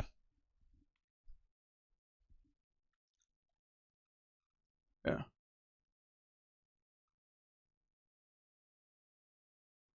Honestly, I think append should be fast. Hopefully. Internally, it likely just does the file lookup and checks the timestamps to see if it's modified. That's my guess. Um, yeah, I don't know how it does it. De- Depending on timestamps for what actually is the content in the file is kind of a. You'd wish it would work, and usually it works, but sometimes it doesn't, and so people have to. People always get bug reports about, I'm mounting an NFS uh, partition, and the timestamps are all from yesterday because they're in a different time zone, and so you don't find the updates. Please change your stuff to not use timestamps. That always comes through. So maybe it uses a timestamp, maybe it doesn't. I don't know. Actually, ctags doesn't appear to store the timestamp in the tags file. Maybe it doesn't do that after all. Yeah. Certainly, when you can, de- prefer to make decisions based on the content of the file instead of the metadata of the file. Uh, Partly for file system portability reasons, partly because sometimes it's just jank. Um, and it's always the content that you actually care about. Sometimes it's big, so you try to work around that, but usually the content is fine to worry about.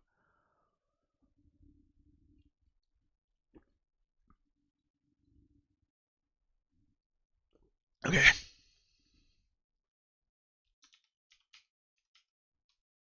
It can compare. Yeah. It can generate based on the timestamp of the tags file itself. Yeah.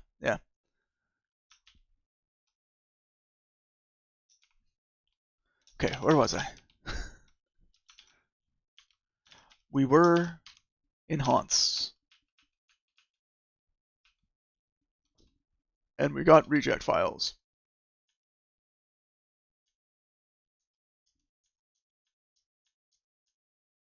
I really don't see that those are different.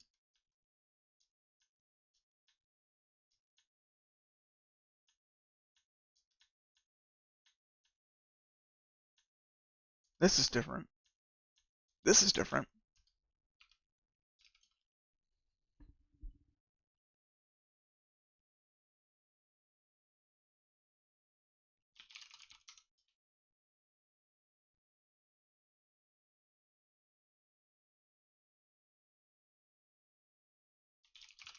I'm just gonna be lazy. Check out game. I'm gonna promote everything and then unpromote test data.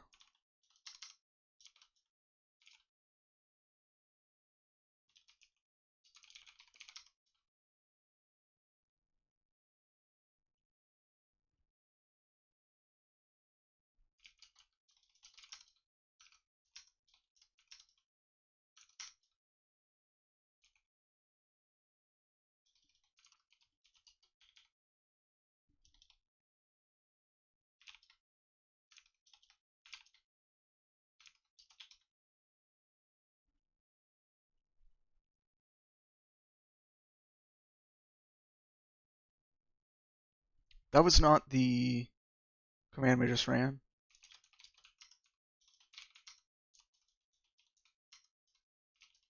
Where?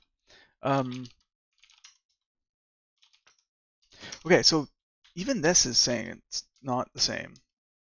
Oh, I bet it's a background issue. We changed how we say take my expectation file and blit it across a background. Yeah. Okay, thank you for taking that misdirection. Sorry for that. No, that's fine. It was a good learning about C tags and what the options are there. Got pretty involved. We'll try to append and get back to you. Appreciate that a lot. Yeah, you're very welcome. I'm I'm happy to take those kind of misdirections. Hey, Sneaky Donkey, welcome. Were you here for the C tags endeavor? How you been doing? Haven't seen you for a little while. Um, okay, so I think the reason that these ones are failing is because uh, we've kind of changed the game in terms of are we blitting against a black background or a transparent background. So let me defer working on those. I'm going to focus more on the online and the overlay. Uh, if I get it working, do you think it's something you will use? Um, I think I like YCM. I do want the features of the LSP, like for example, renaming symbols is really nice right now. I don't think I would want to lose that, but uh, I'm happy to take a look at what you got and give you my opinions. Uh, I only run bear when I need to. I only run bear when native code changes. So I kind of get the behavior I want already. So yeah, I'm happy with what I got. You can see the CTAG chat, but haven't seen much of it live. Oh, okay. Got a new job and focus on it at the moment. Nice. So I only work, rest, and sleep. Well, just make sure to take care of yourself. You know, it's good to make a nice splash at the new job, but I think I was watching the Primogen the other day, and he had an idea or like a hot take of like the first few months of your job, nobody expects you to actually get anything done, and so worrying about getting things done not bad, but you might get more bang for your buck by uh, getting to know the people, getting to know the processes, getting to know like how your team, how your work is going to kind of uh, map to success for the company. Like, why does the company care that your team exists, right? And then really focusing on delivering that for your team is going to put you in a position that's going to be like both like better optics for your management, but also like better in terms of like uh, how you can actually scale your impact, if that makes sense. But yeah, if you, I think Primogen has some a few of these things where he has like a good idea about what you could or should or maybe would consider doing at a new place. But certainly like burning yourself out in the first bit probably not good for you or anybody for that matter. Um, Renaming symbols, I will put all matches into quick fix list and see do with a substitute. Yeah, that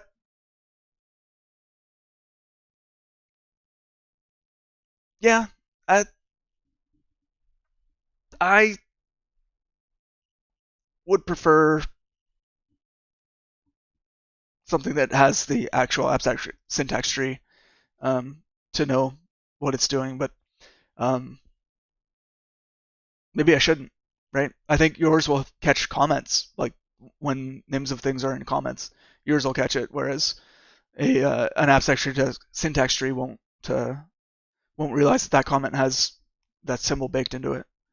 Um, we have no pressure at work, as far as I know. If a feature does not make it into the current release, it'll go in the next. Quality is more important. That's a good thing. That's a good culture to have. Uh, it definitely leads to like less outage, less like the world is on fire because we took this shortcut and we got bit by it. Um, so good. I'm glad. I'm glad you got. Glad you got that. But yeah, just don't forget to take care of yourself. Is really what all this boils down to. Um,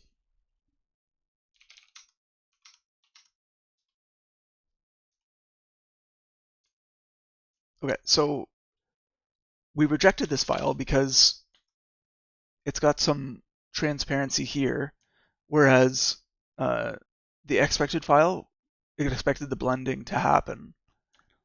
Um, so we need to make that a thing. Um, oh yeah, we were working on the waypoint one.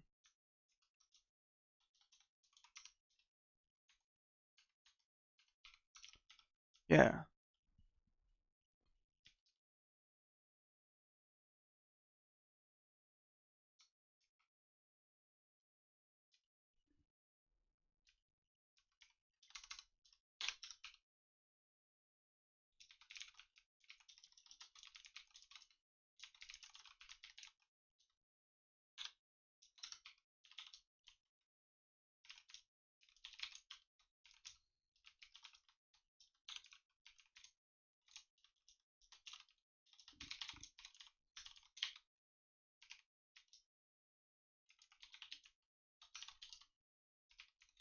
I should encapsulate this as a helper because this is what I write every time, and it's silly to write it every time.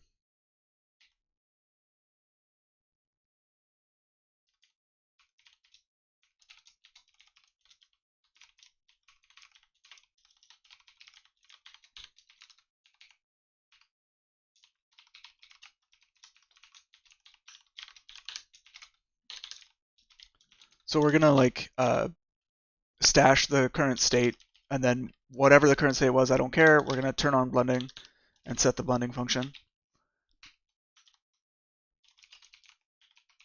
And expect that to fix the overlay test.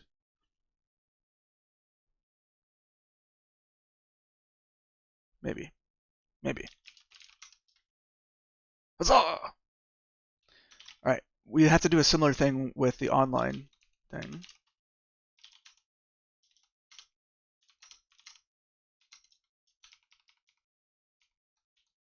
Draw.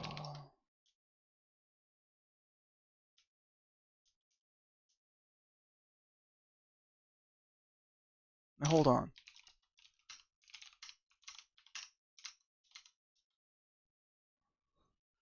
It's this like text box, right?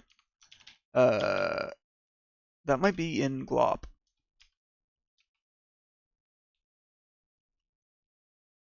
Try to install Arch today. Ooh. I think Windows Subsystem for Linux actually just released support for installing Arch. If you want to give it a spin without having to like repartition disks. How did you say you tried to install Arch today? I'm worried that that story doesn't have a happy ending. How did it go?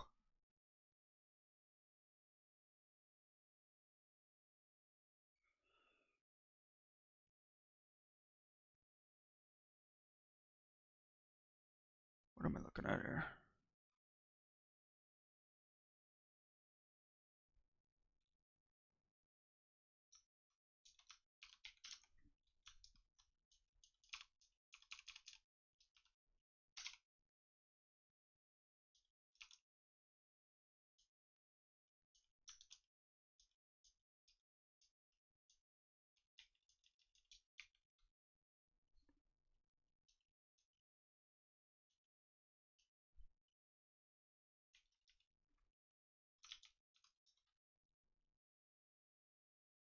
I think this is the title, right?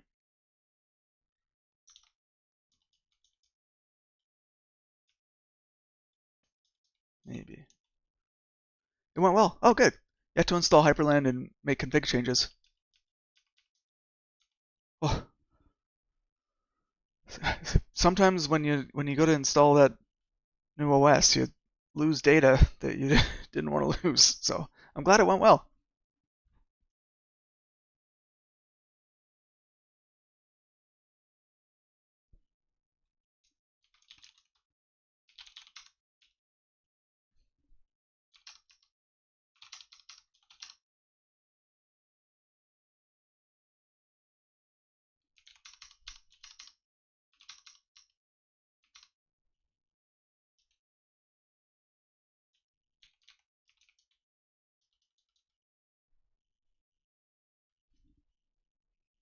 You tried in an external SSD. Nice.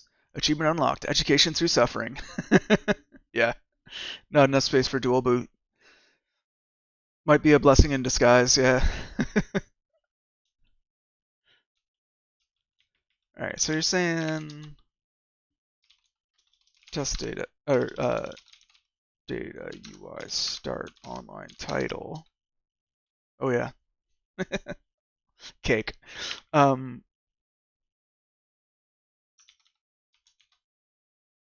so that rendered fine. And then it was it's like the text box or something, right?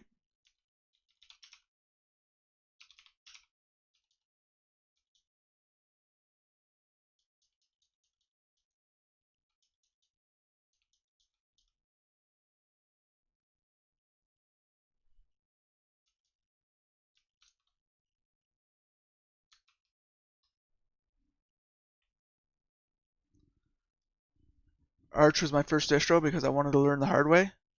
Mine was Ubuntu. I think my first distro was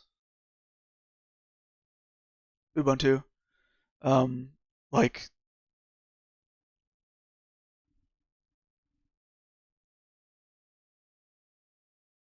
1204 maybe. No, it would have been earlier than that. It would have been. It was back before uh, it was clear that the first number wasn't a month, right? Right now it's right now it's 2404 because uh, it came out in 2024. I started on like because I think it was like 2008. Uh, but yeah, after Ubuntu tried Kali. I've not tried Kali. That's like the like for pen testing and security stuff, right? You bounce off a GNOME a couple times, still don't like it.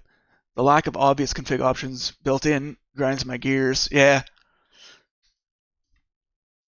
I think when I said no more GNOME was when I wanted to transition from like a headless environment to a graphical environment, and I want to be like, oh, let's just install GNOME Desktop, and it's like you need to download pages of packages, and it's like maybe not, maybe not.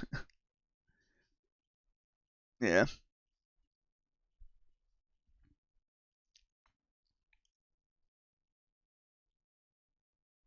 yeah, it was like 8.04, and you could never remember if it was like August or 2008, or at least I couldn't because I didn't know. Um, but yeah, now that we're past 12, uh, it's a lot easier to know.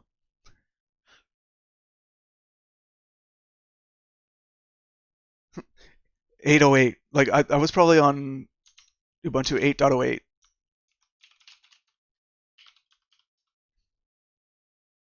Oh,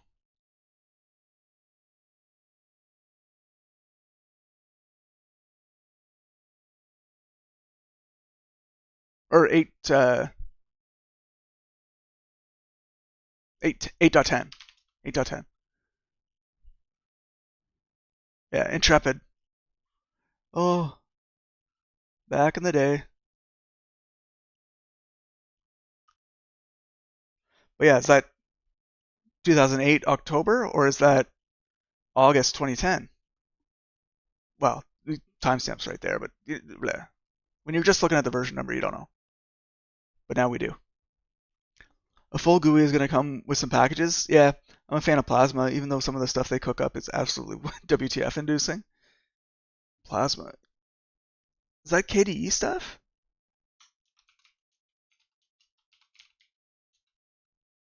Yeah.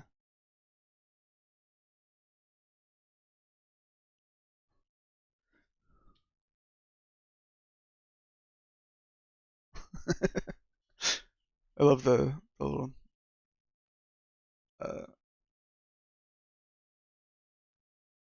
synopsis there. Anyways,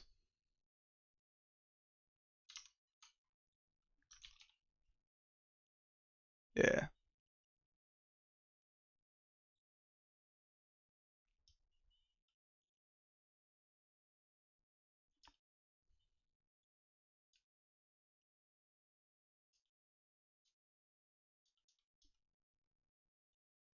It's Windows in a lot of ways, but mostly allows me to customize stuff the way I want it without pulling down random plugins. Yeah, that's the thing. Either you have a everything built in, or you have to keep downloading things to actually get what you want.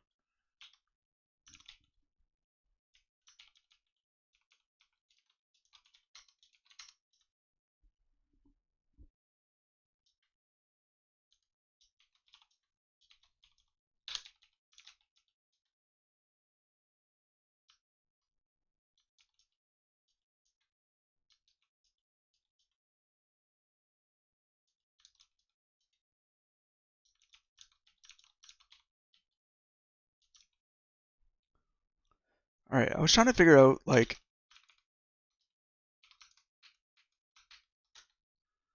what is this? This is a text box. It looks like a text input. Text line.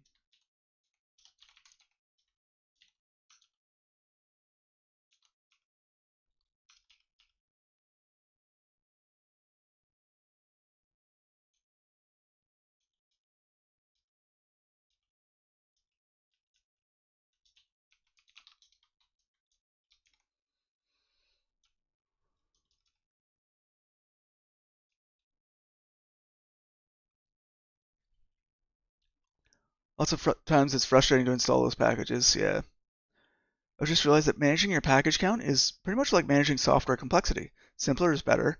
Where you where do you make trades in adding complexity and dependencies for functionality? Yeah, it's engineer brain all the way down. I know what you mean. You ever play Factorio? That that engineer brains all the way down in all the best and worst ways. But yeah, title text.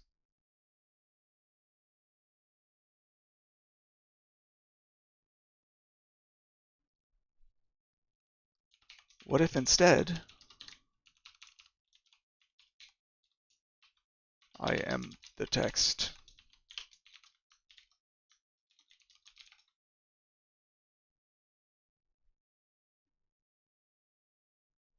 You like Satisfactory more because it's 3D? I like Factorio more because you can scale it better, bigger. Like the size of your factory can go freaking nuts.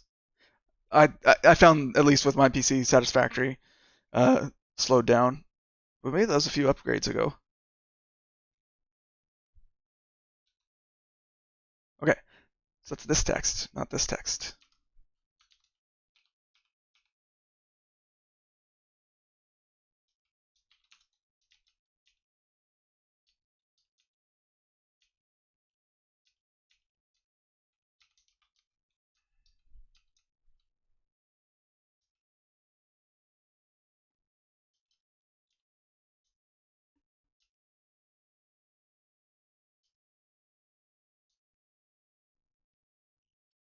Tidy 3D conveyor belt organization is so satisfying. Yeah, like I did really like the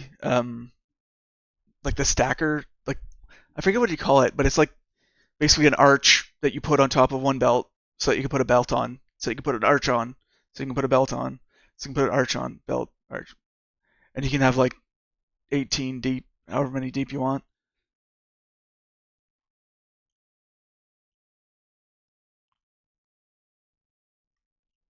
Yeah, so good. And you can see it from like miles away, and you're just like, yeah, all the iron. Yeah. Okay, I'm gonna have to call the stream pretty soon. I would like to understand which um,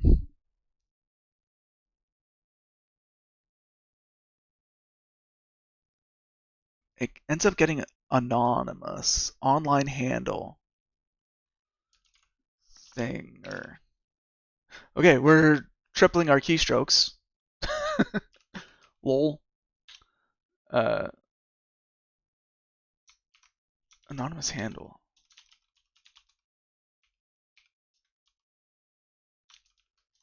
Maybe I want to look at that again. Online handle.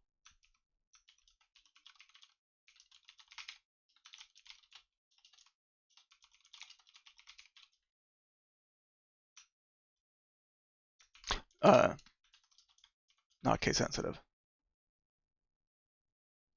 Yeah,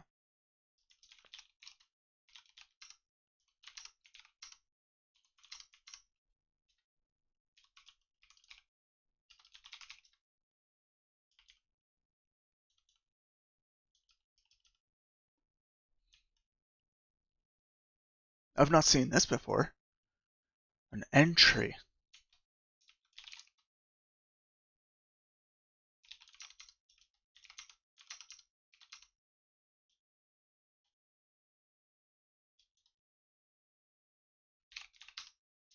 Maybe a text entry.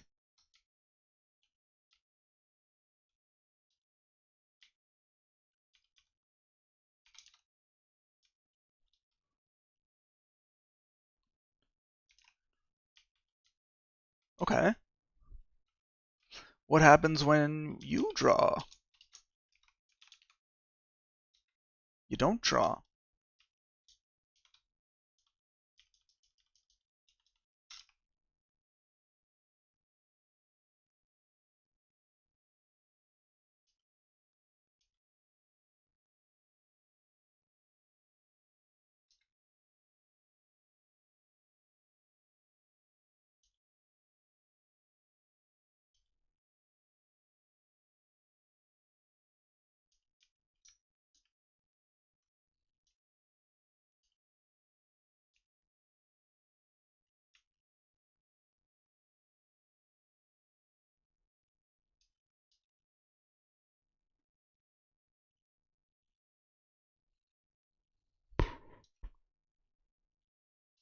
Okay. So they're saying set your alpha to whatever update alpha is as a scale from 0 to 1. Use white and draw name updated. Draw it every time, but usually transparent. Um,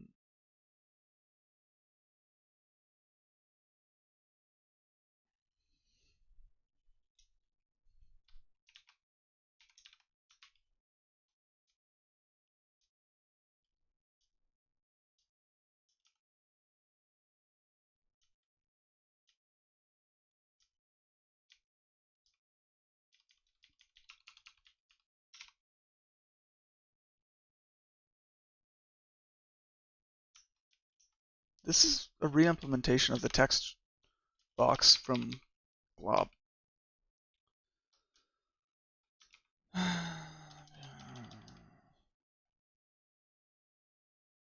right, let's record this. UI text entry.go.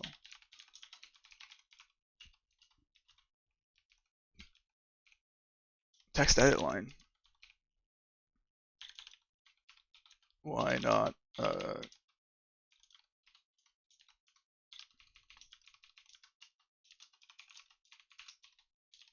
Why not Zoidberg? When I get a nice factory going, I put my conveyor stuff under glass panels so I can still see it. Oh, worth. All right, but yeah, I think I'm gonna have to call it here. Thanks so much for watching, everybody. It was a good stream today. We had a lot of interaction here. We figured out about C tags and containers, and yeah, let's see if there's someone we can raid. Let's see here.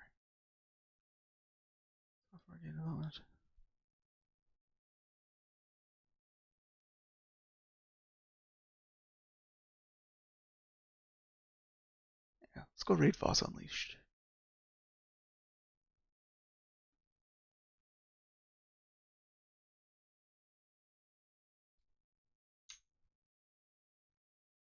Some good C code.